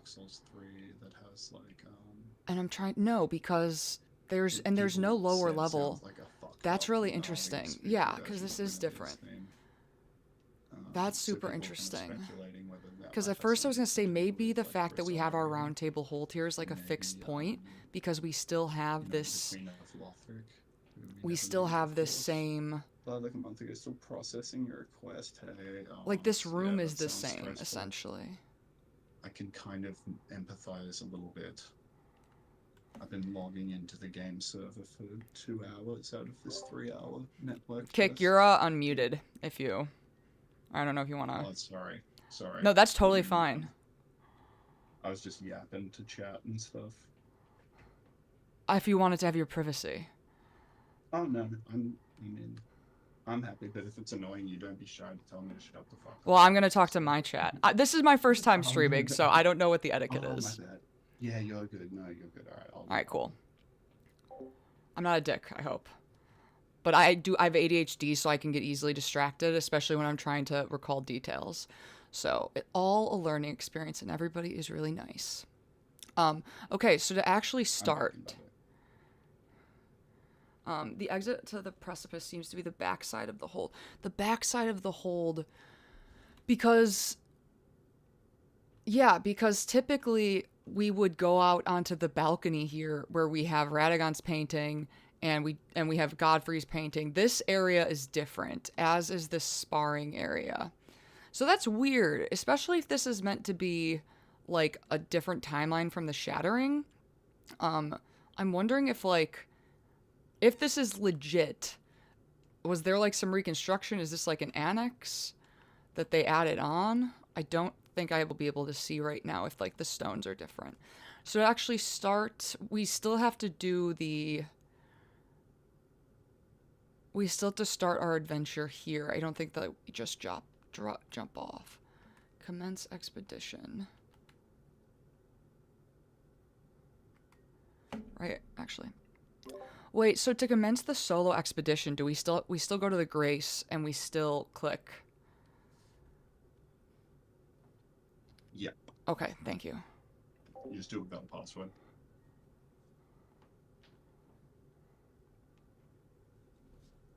Alright, so it's still doing the even that didn't matchmaking. work.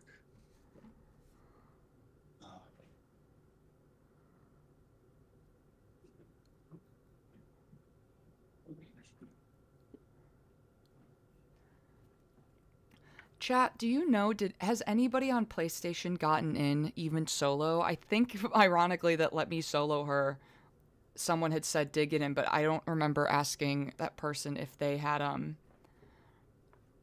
if Let Me Solo Her has Xbox or not.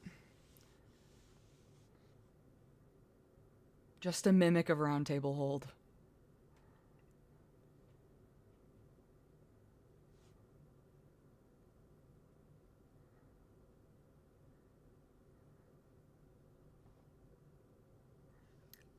Center tarnished notion that the game takes place in a psychoscape. Not necessarily America's mind, but a mind, rather than a physical place. I agree. I haven't seen all of Centered Tarnished stuff, but I'm familiar with the theory that they put out. Yeah, especially because there's some suggestions that, like, everything might be kind of made of the same stuff. And so the idea that it's all mind or all memory, perhaps, maybe it's all light that bends in its same way, just like how the universe is kind of all made up of like energy, right? And energy can just be sort of like energy can also just be like I'm not that good at physics enough to say like exactly energy's relationship to matter, but energy can become matter, right? And so it's just a transformation. It's a different state. And so if you think of everything as kind of being like that same thing, but just in different states, then for it all to be a mind, it's all just a conception. And there could just be like, it all just might be thought, which I really like. And what I think probably is at like the base of this game, why there are like these connections to physics. In my Runes Are Stars video, I said how like, the rules that govern the cosmos are the same as the rules that govern like our brain and our mind, this idea of pull. That's why the laws of causality and regression can be used to describe all things, because everything to some degree is all the same thing, and it all operates under like these physical laws, albeit at different scales. The universe is a fractal, or there are these fractal patterns, right? And so this idea that it's all like information, like we're information systems, and it seems that perhaps on like the high level of, and by information systems, I mean like we can retain information, we can retain meaning, you can remember things and generate new information and transform information and things like that. And so it might be on very small levels. Atoms and quantum particles also possess information. And on very large, I'm sorry, I'm slipping my throat. On very large scales as well, there are things that can contain information. And so this idea then that on these very different levels of reality, maybe it is all the concept of like the mind even, and that that's all legitimate in a way. Yeah, it's because it's all information. And so even if Center Tarnished is not, I love the America Mind theory, to be fair. Oh, I remember where I was going with this. I love the America Mind theory. This idea is information systems. If you guys have heard of the quantum physics experiment, where they basically, a light particle, a photon, can be either a wave or a particle. It's called the wave-particle duality. What causes a wave to collapse into a particle is the observation, the measurement. So if you set up a very, very tiny camera and you observe and measure, like if you observe or measure that light particle, it will appear as a the photon, I should say. It will appear as a particle, and they can literally, like, they blast these like photons against this screen. It goes through these slits. It's called the double slit experiment. And if the light photon is acting as a wave, the pattern of the receptor that as the light goes through the double slit will be in like a wave, a certain interference pattern. And if it goes through as a particle, then that pattern will just appear as like a particle pattern, like dots versus like bars. I know it's a little difficult to describe physics experiments through just words alone. But the point being, this experiment's so cool is because it's the idea of this measurement, this observation of the light particle that's so important. And the idea that the observation itself, like what changes between the light and the particle duality, what makes one or the other, is if you got that little tiny camera pointing at it. It might be that the observation, the measurement, and retaining of that information is what causes it to become a particle. And so waves are probabilistic, and particles are, how would you say it, like they're defined in that space and time. And so it might be it might be that the way that we as information systems and how information acts on all levels of reality and how that information is retained and observed, that might be all the stuff of the universe. And so there's physics theories out there now that posit that the universe is just information. And we're information systems. And so that might be sort of like the deepest level of how we can like relate, of how we can apply the laws of causality and regression to everything. I hope that was somewhat of a sensible explanation for 7:14 a.m. And I like the note. I like information. To me is a little like less easy to understand or less intuitive of a concept. But when you think of it as meaning or as memory, I think it just intuitively makes like so much more sense. And so I like to think of it as like, yeah, and as they describe in the laws of causality and regression, the pull of meaning, right? And so maybe everything is the pull of meaning. And when there's someone remembering that particle in the moment, or when you have the ability to remember that photon, then it's remembered as a particle with like a definite time and place and measurement, versus it just appears as a wave. It's just probabilistic. It's not in any one place at that point in time. So I am not a physicist. I hope to explore these ideas in future videos and like make them make more sense.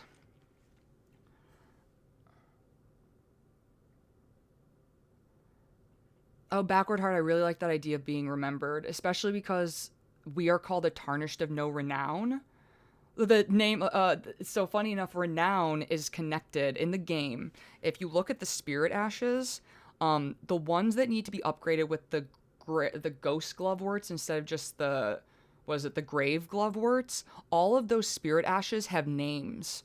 And the ghost gloveworts say that they are used to power up spirit ashes with renown. And renown, I think the definition is to like have your name remembered. It's also like to be famous, but maybe it's like through the etymology or something. But the pattern in the game is that renown is related to having your name remembered. And so all of those tarnished, like you said, being remembered, everybody remembers their names. Versus then we, I guess, are we the nameless tarnished? I chose this name for Game of Thrones inspired reasons, but it has played out so well in Elden Ring as well. So we're a nameless tarnished, and we don't have that renown. And so what is it that makes us special then, considering how these other tarnished are, like you said, they're renowned, they're famous?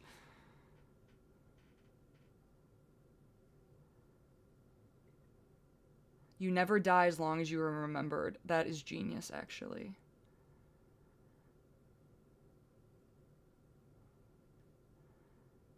Maxwell's demon, the decrease of entropy in a system is a paradox unless we realize the entropy in the demon's brain increased as they made decisions. I'm not familiar with Maxwell's demon. If that's from Demon Souls, and maybe it's not, I'm just extrapolating based on the demon name. I got into FromSoft with Dark Souls.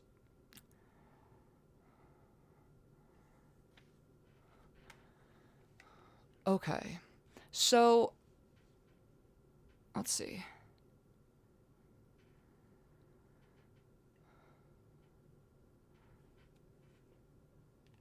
What can we do then if we can't join? I guess we can just explore this version of the Roundtable hold. So yeah, they definitely seem to be way more nerdy here. They're collecting stuff akin to the specimen storehouse. They've got these... Let's see. These are the slabs that are in the specimen storehouse. These are the slabs. I believe that they're the same. They're also in Marika's bedchamber, likely because she was collecting them in order to study, perhaps. I personally think that when she decided to search the depths of the Golden Order, that this might have been one of the ways she went about researching things. This is also the same writing that's on the walls of the Divine Towers.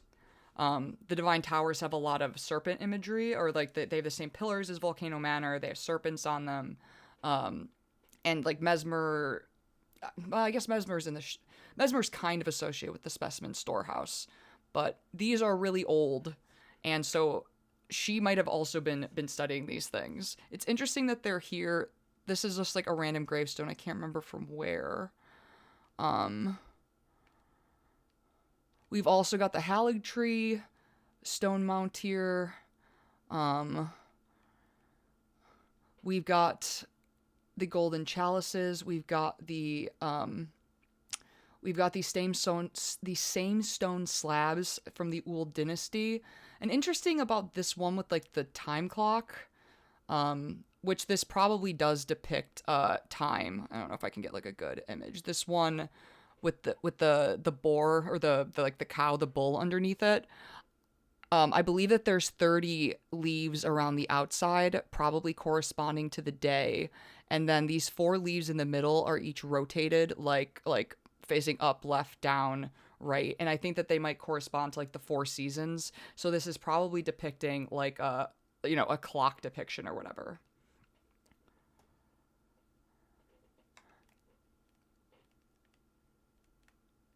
And so just like, it's interesting because those stone slabs with the bull, there's like a dozen of them in the hallway in like the easternmost section of the Ainsel ruins, I believe. I'm trying to remember exactly where it is. But there's a place in the game where a bunch of these are just collected together, which is a little odd because it seems like there's something special about them.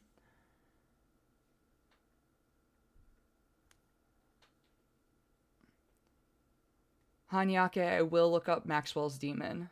And if I'm mispronouncing your name, put the pronunciation in the chat and I'll try to be better. I will be better. I'll get it right. All right. Same rugs. I think this seems, if I recall correctly, I think this is a different fireplace. We have these yellow tapestries. Interesting. Kind of seems so. Well, let's continue exploring before I talk about like the pooling notion. Gold drapes. We have gold drapes. We have the blue drapes. We have the red and gold banners. These ones. So one possibility, especially because, how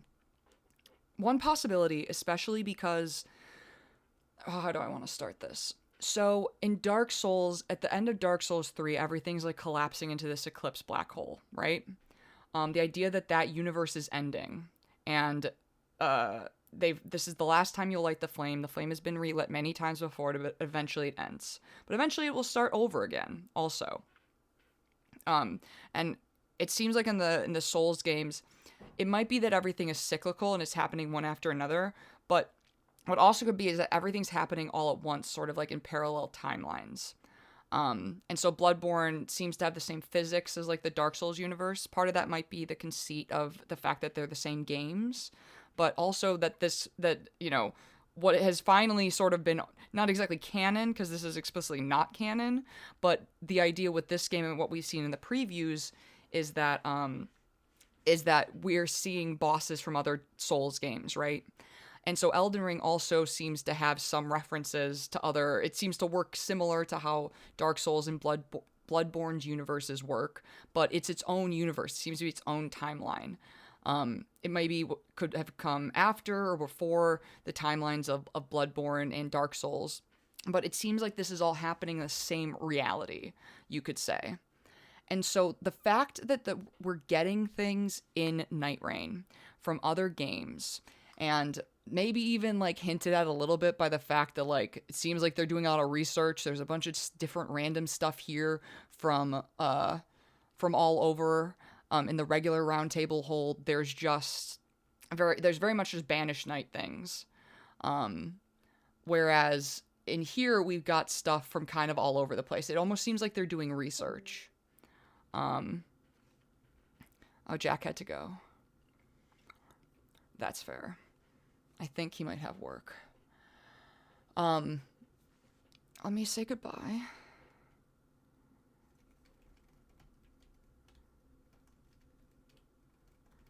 Great conversations with Jack. So, they're doing, like, look at all these books. They're doing a ton of research here. So, I'm wondering then if it's possible, and this doesn't have to be canon for Elden Ring, but this game might be canon, you might say, for, like, the larger metaphysical reality of the FromSoft shared universe. I mean, we have the mention of the Land of Reeds, and because who is it that owns... A different company technically owns the rights to Bloodborne and Sekiro, and so I don't think it can be official that they're, like, part of the Dark Souls Elden Ring Demon Souls universe. But if we do, depending on what we see from like the bosses and things like that, it might be that this is a place where these things bleed together. How this would work exactly, I'm not sure. I really wanted to get into the game and see the sky desperately. I have a feeling, based on what we saw in Vati's video, I talked about this earlier, but that there's like rainbow ripples in the sky, the same kind of pattern that you'll see on the surface of bubbles or on like oil, that's like that you see in parking lots. That rainbow pattern is called like iridescence, and it comes from like how the light interacts with different layers of like a film like surface. And like that's what that pattern is. A regular rainbow would just have the one arc, but we see this like rippling effect in the sky because, and if you look at like the map that we're supposed to get, which we don't have a map. It's like it's I know it's meant to look like the center of the Nightreign, but it's also it's just like a blue sphere, and it's technically bubble shaped, and we have bubbles in this game, and so I'm gonna make a video on this if I'm right about my hypotheses. But we do see the pattern, this iridescence pattern in bubbles and in oil. The melted mushroom item is used to make soap and the oil pot. It also has, it's similar in look to the silver tears, which also have this like ripple pattern or whatever. So I wish that we could get into the game. That'd be so great to be able to do that. Oh, you can see it right here. So, haha, team, fellow Tarnished, on Wilder's Greatsword, in this background, this pattern behind, that rippled pattern, that looks like the silver tears.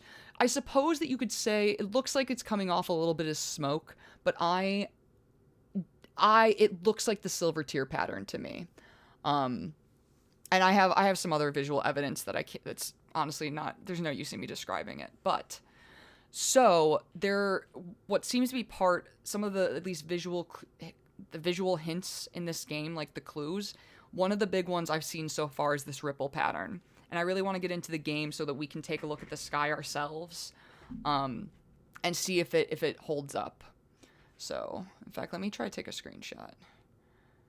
Can't take a screenshot now. Well, Okay. Oh, I guess I have the VOD. It kind of reminds me of Elder Scrolls lore with the dwarf elves creating a god that teleports all of them to another plane. Oh yeah, that's true. Maybe the Night Lord was like that for the Nox, leaving only the Albinorics.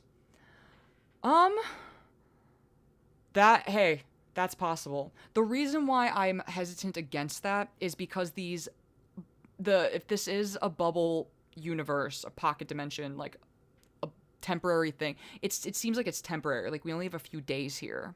And so I think that the Night Lord would be pretty shitty to teleport everybody to a place where like they're not existing. But to be fair, we do see like that place with like the bridge to like that white door that opens in the darkness where you fight the boss fights. And so maybe there's like a more permanent place. But this is why we need to get into the game, which is why it would be lovely if the servers would cooperate. Why? Let's see. Who owns Sekiro? Sekiro, Bloodborne, Rites, versus Dark Souls, Elden Ring. Wow, this is not...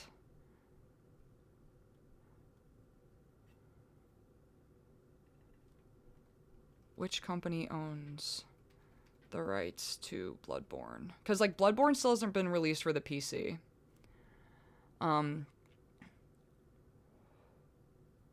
Sony is the publisher and owner of the Bloodborne IP. I think From might be the owners of... the specific owners to the rights of the Dark Souls and Elden Ring series.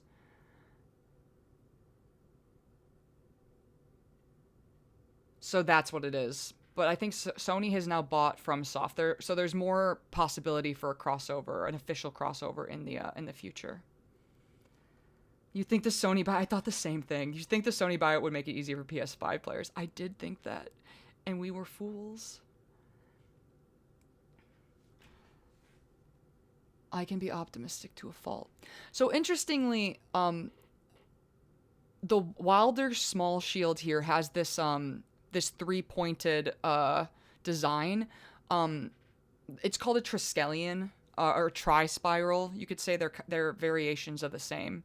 But this idea of these three things like flowing around, flowing like this. We also see, if you've seen Vati's video, and hopefully I'll be able to figure it out how I can switch for one of the streams this weekend. I'll try to figure out how I can switch between different scenes so that I can have stuff that I can show you so we can talk about some of this visual evidence. Because I love visual evidence. I think it'll be really useful. But the Recluse's ability, in fact, let's try to actually use it. The Recluse's ability also has 3 points. And in the base game, I think it's the Tree Surcoat. We see the same, it's very similar to this shield. It also has like these 3 points. And I never found a good, it said it's meant to like represent the Erd Tree, I think, but I never found a good explanation why. Maybe there are 3 trees.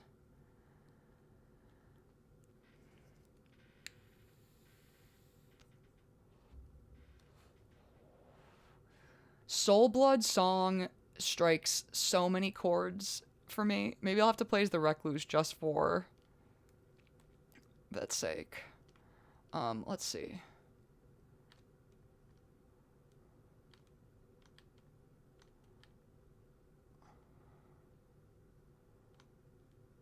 Oh, against foe with affinity residue. Can I charge?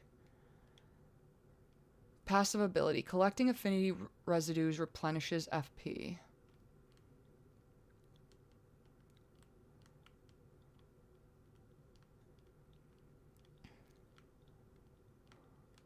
Wow.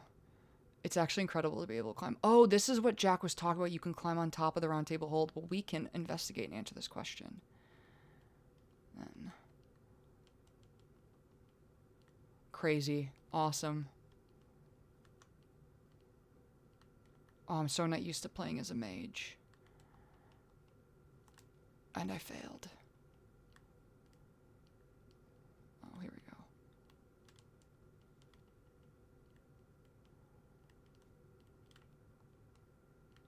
Shit. All right.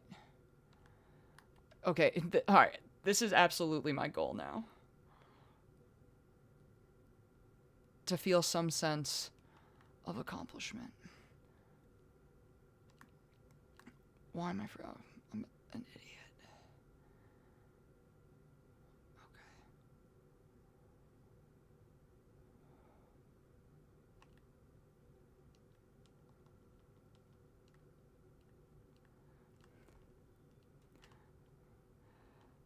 When I saw that they were talking about alts, I immediately thought, like, it seems like they are... Come on. Oh, that's so rude.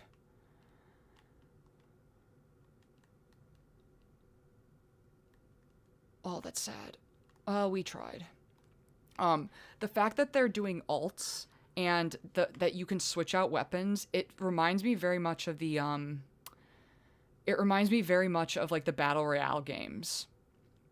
And I kind of, and with the alts, it reminds me then of, like, games like Overwatch, and, like, Marvel Rivals and stuff, and I wonder if they're moving towards that.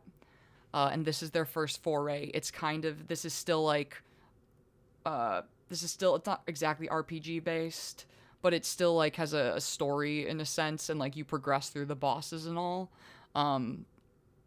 But they definitely took elements and inspirations from games like that.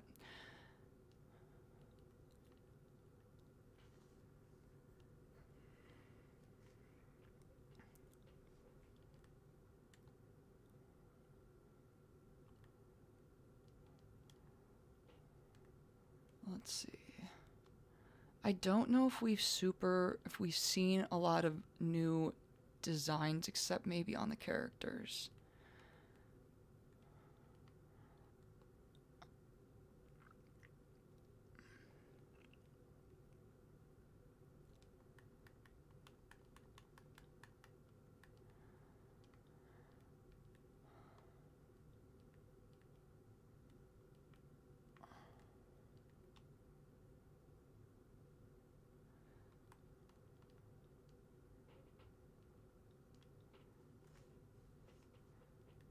That's one low health pool, I know.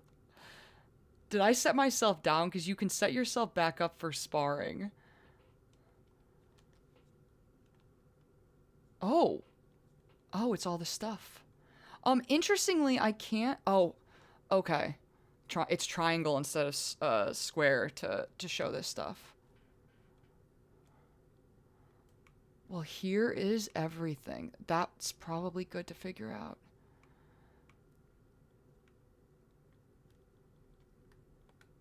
Oh, well, now that I know, can I look at the descriptions?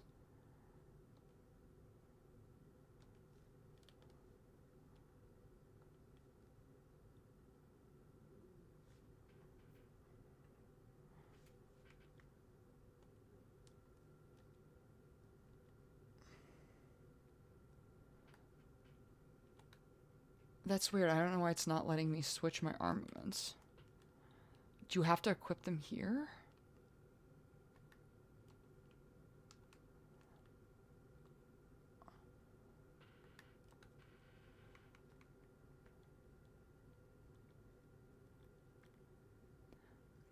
Okay. Oh, right, because they're really doing like the legendary and the different weapons. So yeah, the importance of the ripple pattern is definitely just in the ripple pattern and not the it's not the color, because that can change.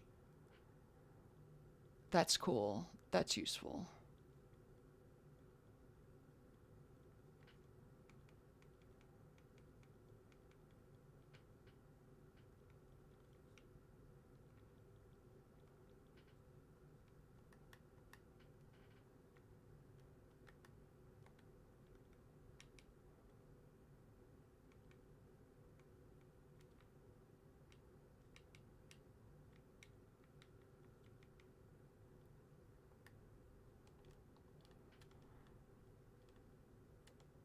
Oh, wait, give me this.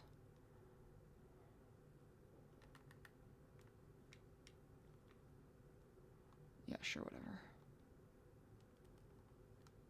Okay, let's use this ult. Ultimate Art, Soul Blood Song.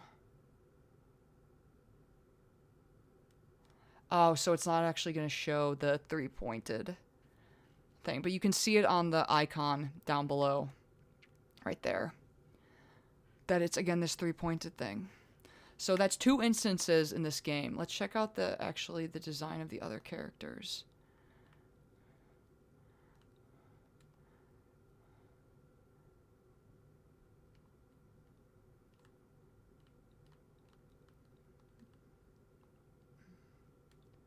Oh, it's fun that they have a bell. That there might be a connection there with like how you spirit summon.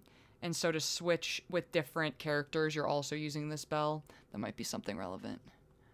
That might be the thematic inspiration for such a thing. Izalith Witch indeed.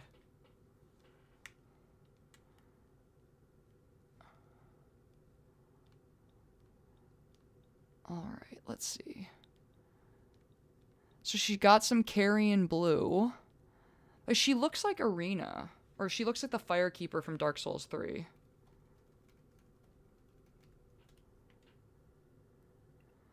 Maybe that's just because of her overall blondness.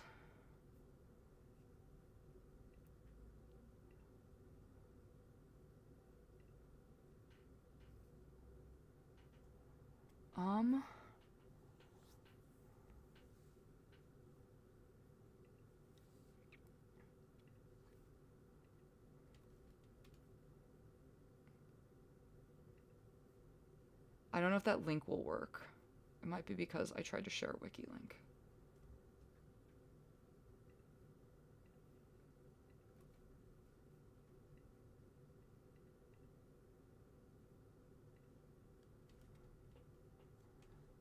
On the gloves.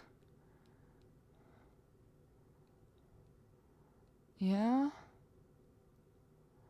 So she's got some interesting... Got a different design in the gloves I'm not super familiar with.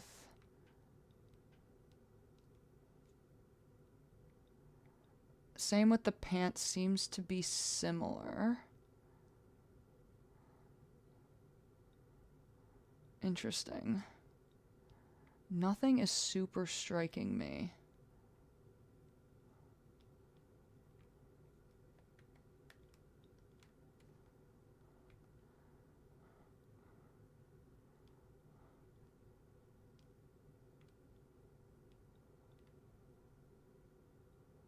Oh, I want to look at that halberd. This guy is awesome.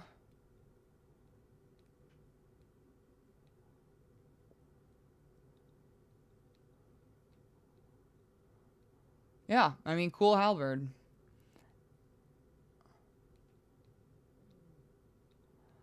Maybe, so they do like to put writing on some of the weapons.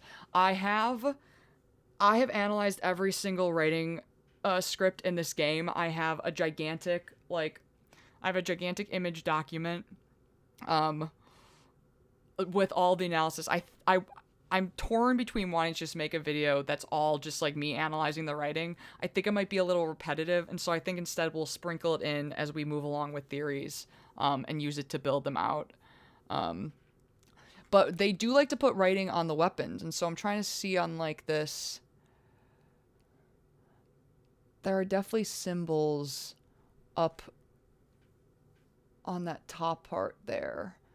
Might just be design, though. But you never know, and I'm always on the hunt. Does Nightreign still continue the FromSoft level up maiden tradition? Not that we've seen so far. Also, I didn't need to become the characters. They're right here. Silly me.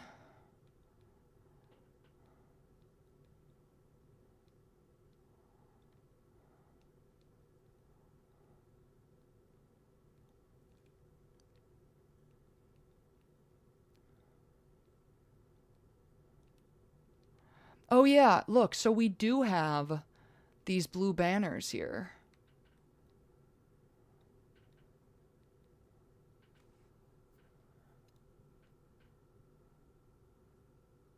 we see these elsewhere. This is something I'll look, because it's not immediately striking me. I know that, I think it was MP Complete from Reddit, who does these great visual motif and visual pattern connections. They're amazing. And I think that there was a graphic that they had made with the banners that all hang like this, and I don't remember if this was one of them. If it was, this has to be at Farum Azula, because they are a place where we see this blue with gold.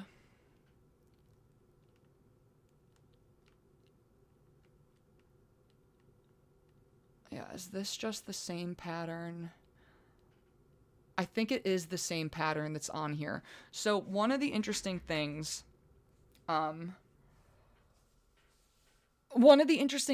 about, we have these red and blue, it looks like the pattern with the same pattern, but we have one that's red and one that's blue. There's a conserved pattern in the game. I believe it's specifically navy and crimson. I haven't been able to trace back the origin in the timeline, but it's definitely a conserved pattern where crimson, people who wear crimson, just like people who wear red, are associated with being like sent off or like exiled or banished and things like that, right? Whereas like navy is associated with like royalty, the lord's robes, like the consort's robes, I believe.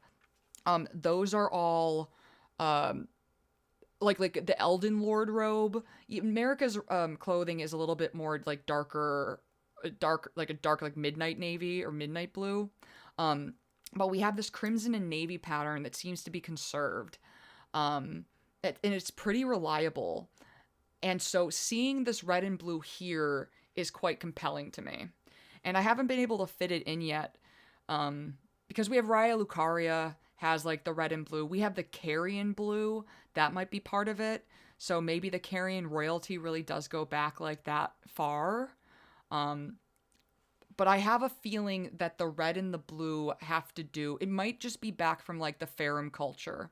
And maybe even from like the original, from Lane-Del, or when, I'm pretty certain that it has something to do, especially because these two things are here. I think it has something to do with the original like Farum culture, and they might have had their royalty, the people were associated with like blue and with navy, and then it might be that the people who were sent out, either because they were banished, or because perhaps red was the color of like the warriors and the war. So a good object to demonstrate this, and maybe I can actually show you if they have all the armor out here, because we have about 15 minutes left in the network test. Change sparring equipment, armaments. Oh, it's not going to let me change my outfit. I guess that makes sense. That's fine. But like there's the Highland Warriors set usually has blue, but then you can wear like a red drape over it if you're like going out on your journey. And so because the banished knights also have red, maybe part of it has to do with they were banished. But it seems like that's always been sort of their that's always been sort of like what they've worn. And so, yeah, I'm thinking that it might be, like, the people who ruled and hung out at home wore blue, and they became, like, the lords and the masters and all that stuff. And then the people who went out and actually fight wore red. Eventually, when red fell out of fashion because they kind of axed out, like, blood and the crucible and all of that, it might be that red became associated more with exile and banishment. So, I know I stumbled through that, but it's really hard without visual evidence. So I will get, I'll get the scene thing in OBS set up so that I can show you guys some of this stuff, because I have a lot of it in Google Docs, where the evidence has sort of been aggregated. So it shouldn't be that difficult. I just have to find the Google Doc. The Wandering Noble set. Am I talking about the Wandering Noble set?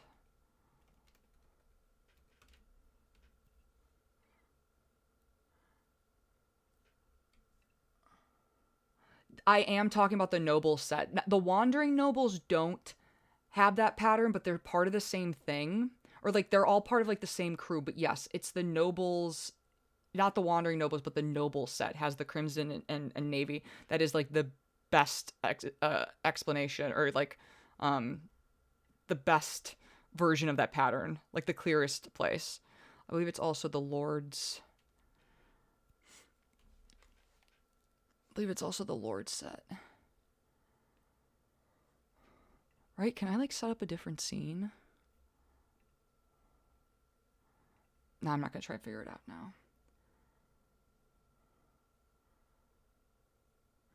His Dark Material, let's see, YA fiction book series, His Dark Materials, that indirectly deals with the idea that particles in physics can respond and be attracted to human thought. I love His Dark Materials. I'm a big fan. I love the, I did not read the books. I think I read the first one a really long time ago when I was like a kid.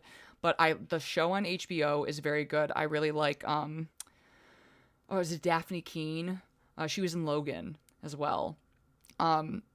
She plays, Lyra. And then, oh gosh, what's her mom's name? Rose.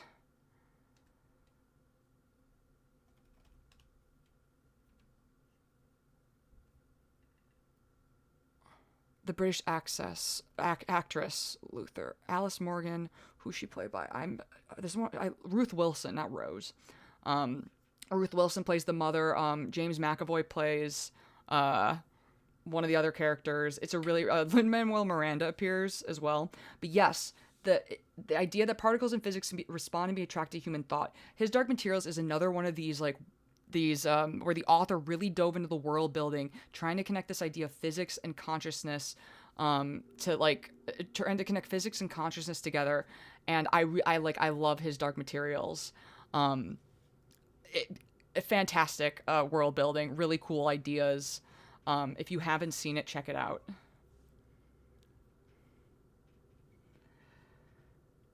And yeah, Banoon, the whole blue plus red equals purple thing, it should be noted that blue and red are their own patterns, and they have their own relationships and connections. Then there's crimson and navy, and crimson and navy are the pattern I'm talking about in regards to this clothing and what seems to be the everything that I just talked about, basically. And this differentiation between perhaps these different classes or roles in a society from like a while ago. That was inherited by like later societies and evolved over time. Then there's the crimson and cerulean pattern, which has to do with the crimson tiers and the cerulean tiers. They're all, because they have very specific, they're each used differently. And so I like to talk about them sort of separately. Maybe they're all going to come together eventually, but they, at least for like putting the patterns together, those are how the puzzle pieces sort of fit with those three groups, even though all the colors kind of look the same.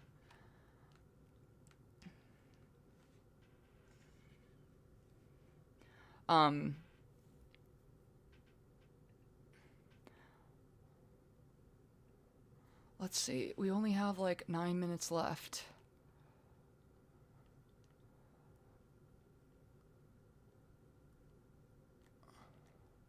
Anything on the maps? I am insanely jealous of Scum Mage Infa, who, we were supposed to play. It was going to originally be Scum, Jack, and I. Scum didn't get a Nightreign code, and he was devastated. And so then somebody from his Discord was kind enough to give him a Nightreign code, but he didn't realize it was for Xbox. And by the time he realized, it was a couple days ago, and it was too late. He could not find somebody else to trade with. Ironically then, he turns out to be the only one of us who, originally the man who did not have a code, turns out to be the only one of us who's actually able to get into the servers today and actually play the game. So I think I'll probably go and check out his stream replay. And try to see if we can learn some stuff. But hopefully they'll have this fixed by later tonight. I'm going to be out. I have concert tickets tonight. But hopefully that will be, I think that I might be home in time for the network test to start. But I'll get on as soon as I do anyways. Costa, where we get invaded? Have you checked the part of the hold where we get invaded by the Blood Wizard? Yeah, so we're standing in the part of the hold where we should be able to get invaded. Well, wait. Wait, no it's not. No it's not. I'm wrong. Wow, I did not realize this earlier, but that just goes to show how tired you are. Because we usually enter right through here. So, this is usually where we would fight the Blood Wizard. It is closed off. Right? Isn't it? No, this is the steps. Hold on. Crew, we can almost see through.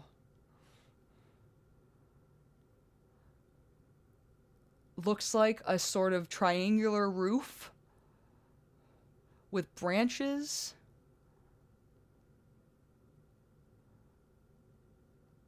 So, Casa, this, yeah, the balcony's closed off. So, thank you for reminding me. We did find this thing. So, right, then that would mean that this is actually where Enya is. I really need some coffee. This would be where Enya is, where the two fingers is.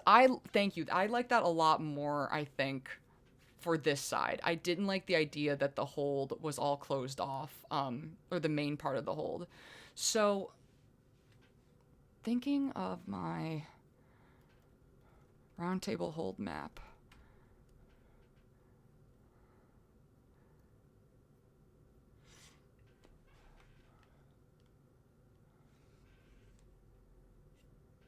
Or Fortified Manor map.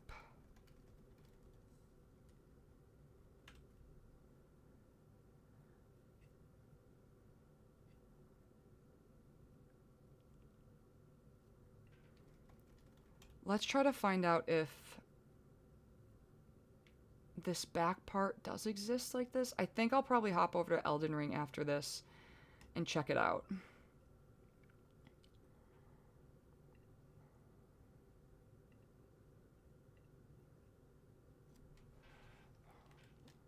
I have tried...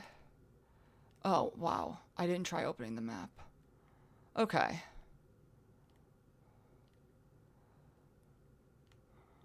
I didn't try opening the map. I unfortunately couldn't go to sleep early last night. I had to pick my parents up from the airport at midnight. Yeah, and then I woke up at like 4. And so Scum and I were getting our streams working. Okay, so that's pretty cool. So there we go. This whole section over here. Could we go out over there? Oh, it's a beach. That's kind of cool. So this is where we'd fight Alberich. It looks like, meant to come out here. But it's currently closed off.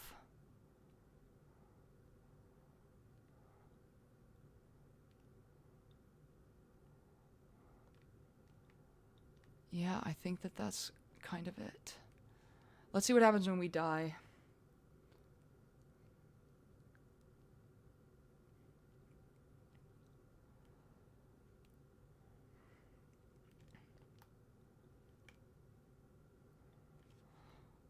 Same thing. Typical. Oh, look, even... Oh.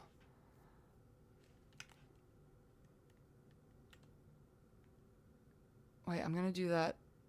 So, the birds also seem to have that ripple pattern.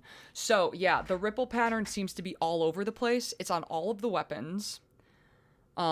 It's actually in this icon. Look to the bottom left, and you can see it in this bird animation. That same ripple pattern. Which is very useful.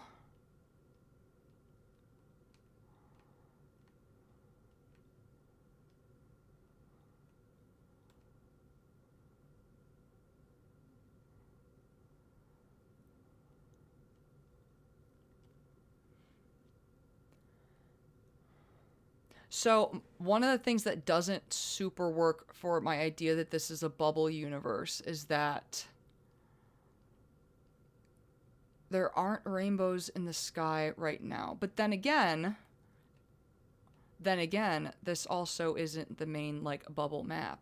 We're supposed to get, like, flown off. Ah, why can't I fly? Why have you clipped my wings, game? I'm trying to leave the nest.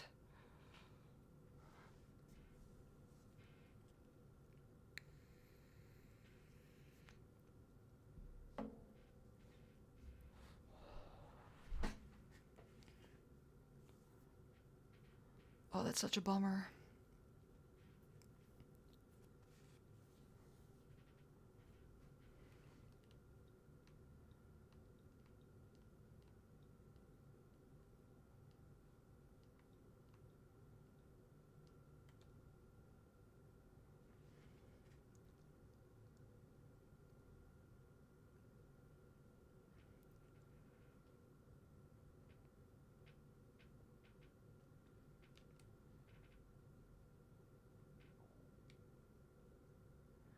So, interestingly, they're not allowing me... I can't, like, check, like... Hold on, R3 details?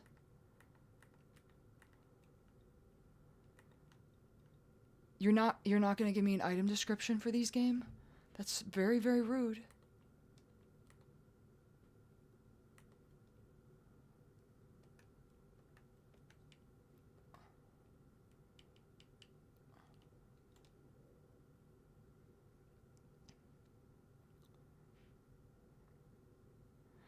Alright. It's about to end. Oh, you know what? It's about to end in a minute. We'll just go all the way through.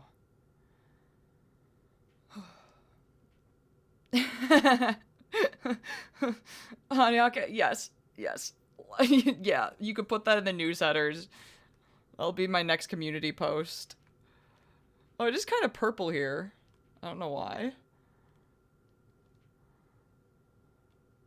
Oh, yeah, we can't open this chest?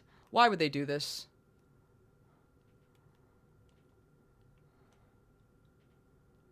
Oh, and there's all these little pots here, too. I don't know if we've seen these pots before in the game, but that's fun.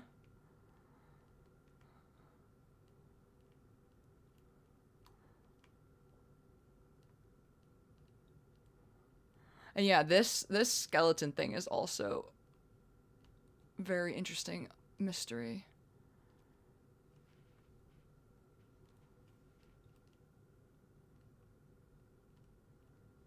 Ah, codex.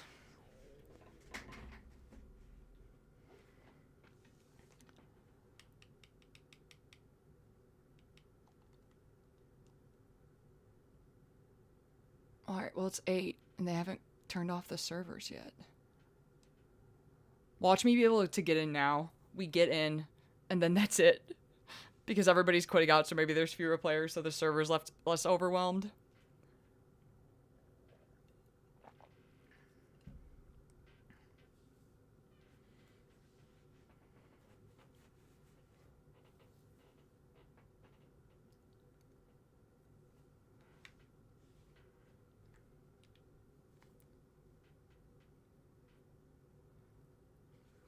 Nah, wow, the PlayStation servers are really just... And you know what? This is definitely... They only give out so many of these invites. At first we were talking about the servers being overwhelmed, but that doesn't make any sense because they determine who gets the network test code. And how many people. And so they should know. They've done this a bunch of times before. So this must just be some configuration issue.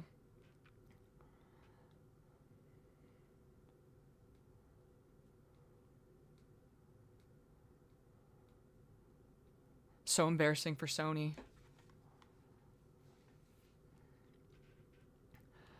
Alright, I actually would love... I'd love to hop... I don't have the stream set up for Elden Ring on my PC. I might have to switch OBS over to my PC, because right now I'm using my Mac. And so I think what I might do is, I'll set up OBS on my PC, and so then maybe we can jump between, or I'll figure out how to jump between the two. so that in the future we can jump to Elden Ring. I agree. Thank you to everybody for tuning in. I did not know how this was going to go. Disappointing that we couldn't get in. I hope that you enjoyed the conversations that we did have. I will get better at streaming. And we can have better conversations and work together in jolly cooperation to get to the deeper levels of lore. So, I am maybe going to go take a nap. So, I will see all of you later. We'll try, and so the next network test is at 7 p.m. Pacific Standard Time. And so I think I might be home by that point. So it'll probably be around then, if not slightly after. So hope everybody has a great day. Check out Scum stream if he got in, and you might be able to get more info, or you might be able to see something there because he was on Xbox. All right, talk to you guys later.